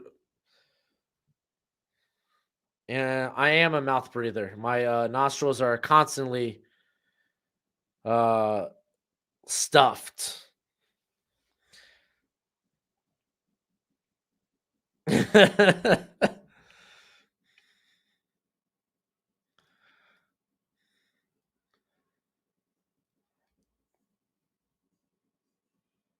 Unfortunate, dude. You live with what you got, bro. Was it Wazoo P? I'm just gonna call you PUBG. Dude, Duke, first and goal right now. It looks like Duke's gonna win this ball game. There's still 6.5 minutes left. They get in the end zone, make it a 2-touchdown game. Let's go.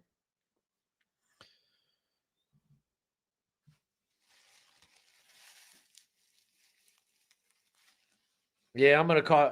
What do you want me to call you, bro? Was UP? That's difficult. Get an easier name to say. Oh, I said it right. Was UP? Cool. I'll roll with it. Dang, Virginia's coming up with a pretty good goal, pretty good stop right now. I don't want to call it a goal line stand. They're inside the 5, but what up, kill shot? How's life? Chaotic. Outside of college football, not so bad. When it comes to college football, freaking nuts, dude. I have no idea what's going to happen with the AP or with the college football playoff committee. This whole Alabama, Notre Dame, Miami thing is a disaster. I think the Canes do make it if Duke holds on and wins the college football or the ACC championship game. But Virginia, there's a flag down, but Virginia seemingly may have. Yeah, okay, never mind. Penalties against Duke. So it's going to force a field goal, but Duke can take the 2-score lead. That's huge this late.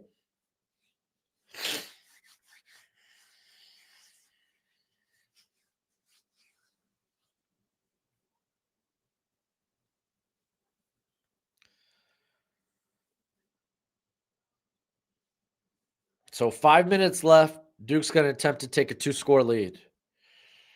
We haven't talked about Carson Beck in the draft. He's going to get drafted, right? Yeah, but I feel like day 3.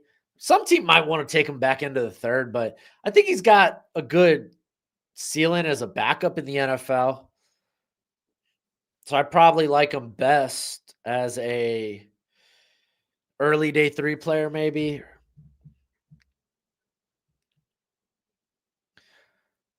No, well, I mean, no one wants to see Bama and Georgia 3 times in a season. Yeah, but I think Alabama deserves to get in over. That's just what I'm saying. I think Alabama deserves to get in over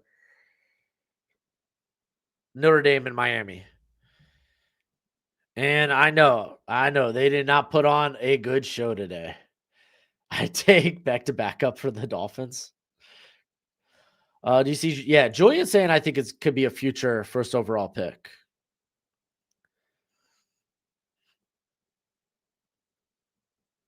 Who do I want to make it? I would love if the Hurricanes would make it. I mean, I'm not going to be too bothered by the result. I think the teams that are guaranteed a shot, I'm more than happy with.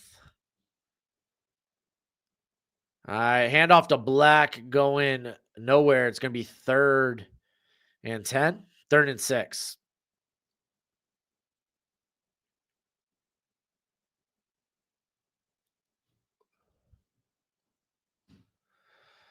Beck has issues. Man, Louisville game. Dude, yeah, Beck has issues. He has 3 to 4 interception games. That's a huge issue.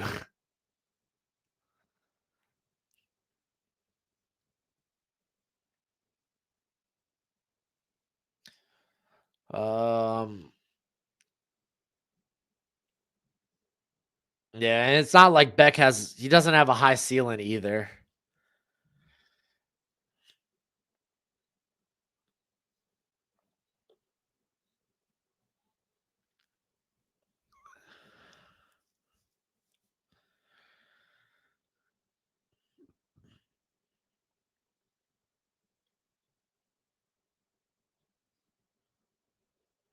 All right, here we go. 3rd and 6. Ohio State, 1 timeout left. 2:41 left in the game.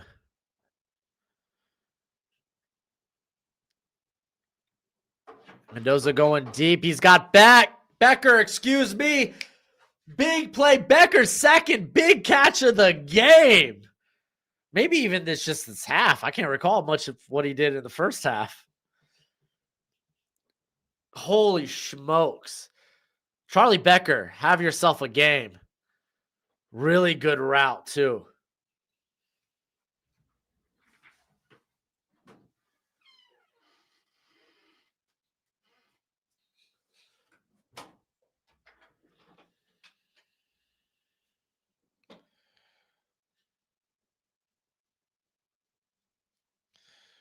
Yeah, I mean, Beck is very much a rhythm quarterback. Not great under pressure. Not the biggest arm. We're down to 2 minutes left. Ohio State 1 timeout. Technically, Ohio State can still get the ball back and do something. Yeah, Mendoza with a couple of dimes in the second half after seeing what in the first half, all these Frondoza or whatever comments.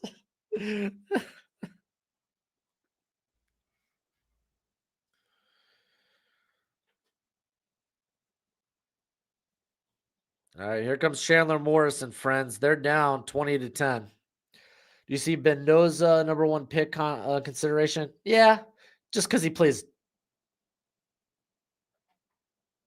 quarterback.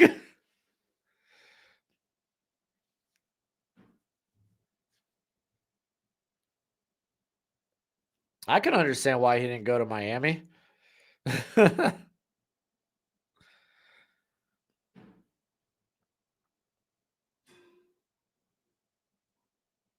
Is that Chandler Rivers down right now on the field? Oh, that sucks. He took a nasty little spill. Frondoza, yeah. That's what were some of the comments after the first half.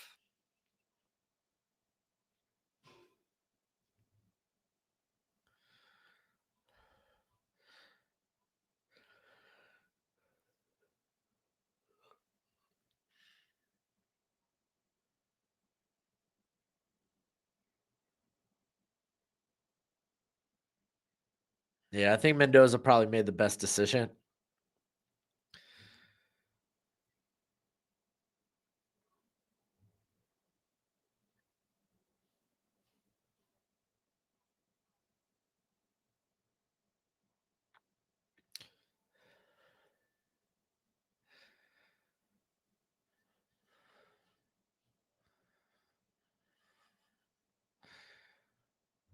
Oh, Mendoza said his brother was the biggest recruiter of him. That's actually interesting. I like that.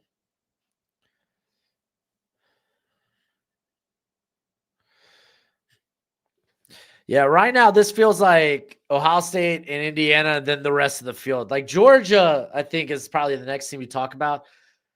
I think those are, and then like we could talk Texas Tech, we could talk Ole Miss, we could talk A&M, we could talk Oregon. I think they're firmly in that tier 2. You got Georgia in this like 1.5 tier, and then Ohio State, Indiana, top tier.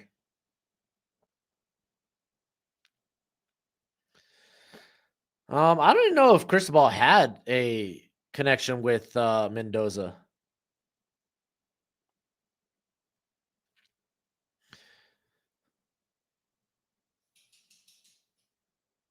John wants a pick six. Nah, dude, I'm still cooked after a pick six. The parlay's dead. The parlay's dead and gone.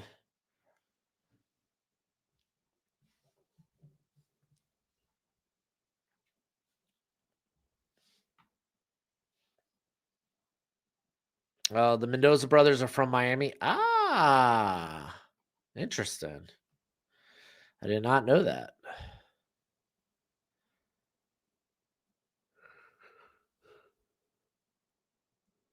Oh, hand off to Black. He's going to pick up like 2 yards. He's going to set up 3rd and 8. And Ohio State calls the timeout here with 1:09 left in the game.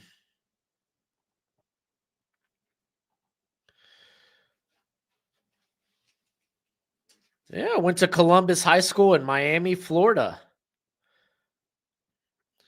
Mendoza has an extensive history of volunteer work dating back to his time through high school.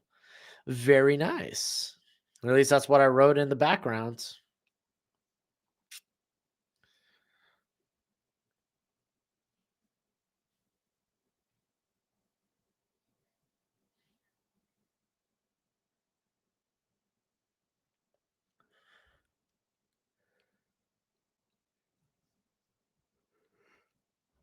When was the last time Indiana won a conference title game?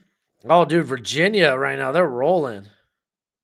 They're down to the Duke 40.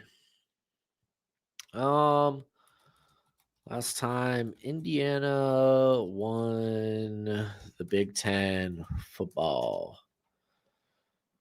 1967. Freaking wow.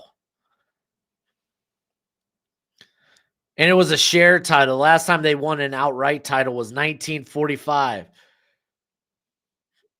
Freshly after World War II. That's freaking insane.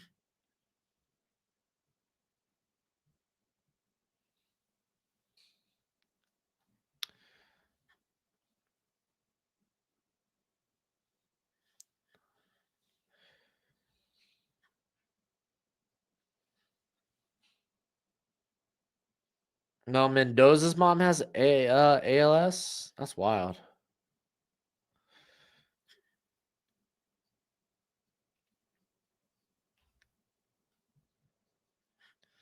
I mean, I'm sure Cristobal tried to get Mendoza. I don't know. Maybe Carson Beck was their first choice.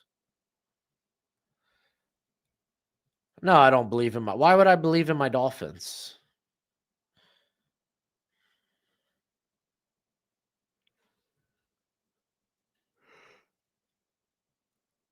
Ugh. I remember after this game, we're gonna go. If you're on the YouTube, we're gonna go directly to talking about who's in and who's not, what the seeds may look like, and we're gonna have some uncomfortable conversations.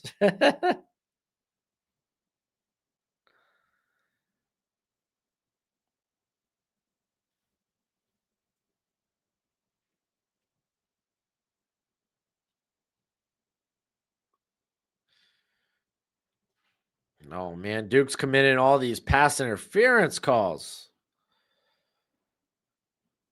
Yeah, I'm a Finns fan. I'm dead inside.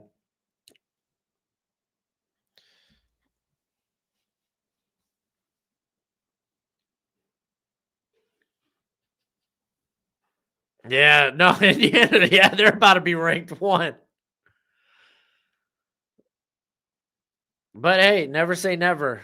Ohio State's gonna get the ball with like 20 seconds back or on the clock. Handoff here to Black. He picks up like a yard. It's gonna be 4th and 5. And we're gonna get a punt. Ohio State's gonna get the ball with like 24 seconds left, 23. Well, 20 after the punt.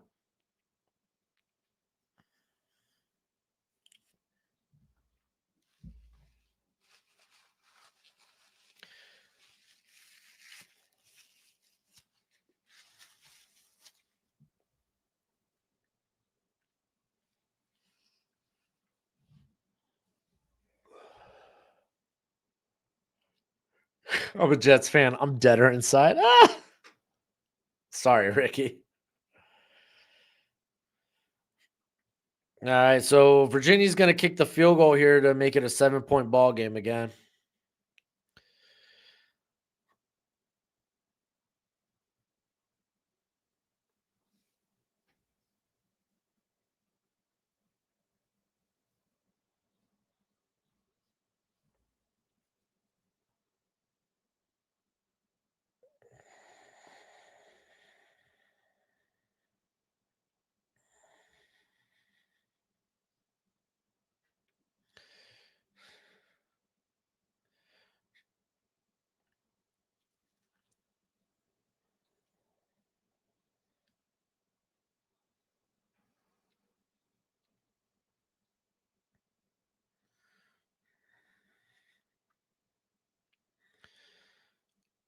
All right, here comes the punt finally. I'm here also I'm keeping an eye on the Duke game.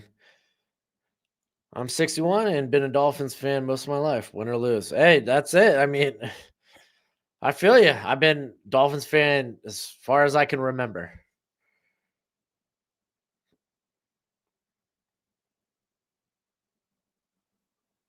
Man, I'll state 18 seconds left, no timeouts to get the ball at their own 14. Need to get in field goal range. Field goal kickers 1 of 2 today, by the way. Ooh.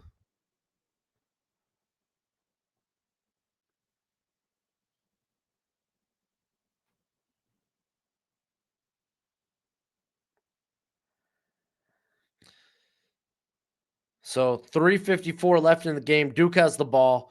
They're up 7. Virginia has all their timeouts.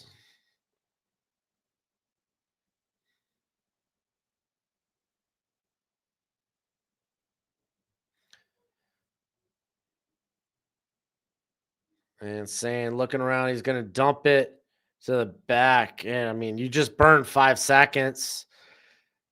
Congratulations, you got 1 yard.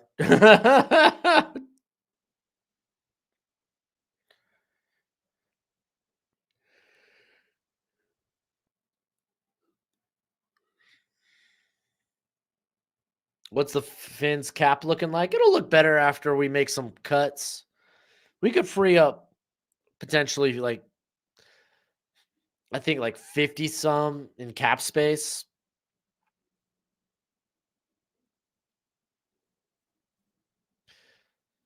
It's saying looking around, he's gunning it deep. It's thrown up and it's almost picked off. 3 seconds left. You're gonna have to try some tomfoolery.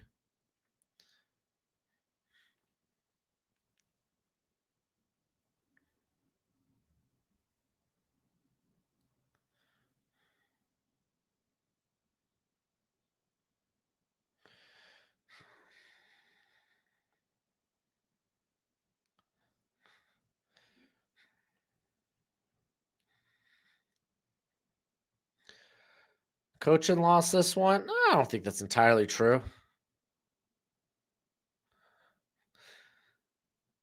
But I do think the defensive game plan for Indiana was kind of huge.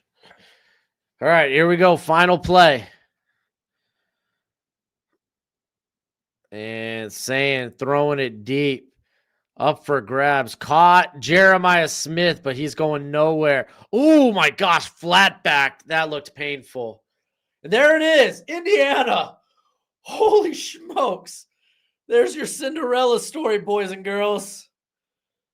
Oh my gosh. That's insane. Indiana has won the Big Ten. They've beaten Ohio State. Absolutely insane. We still got 3 minutes left to play, and I believe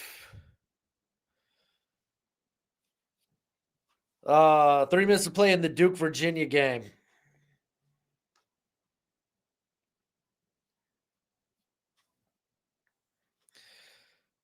Dude, Mendoza's losing it, bro. This man is on the verge of tears. Oh man.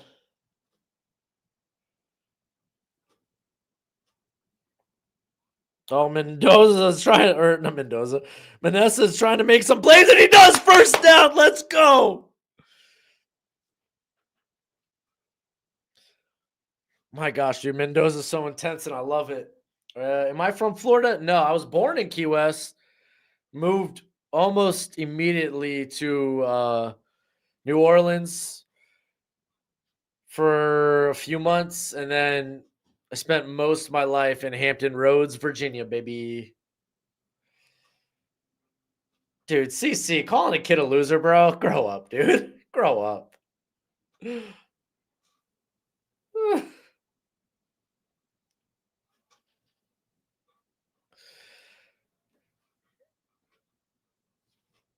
All right, all right, all right.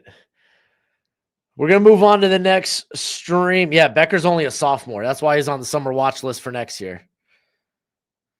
So we're gonna move on to the next stream, and we're gonna start discussing how these rankings are gonna look. So let's do it. I'll see y'all soon. You should be redirected to the next stream.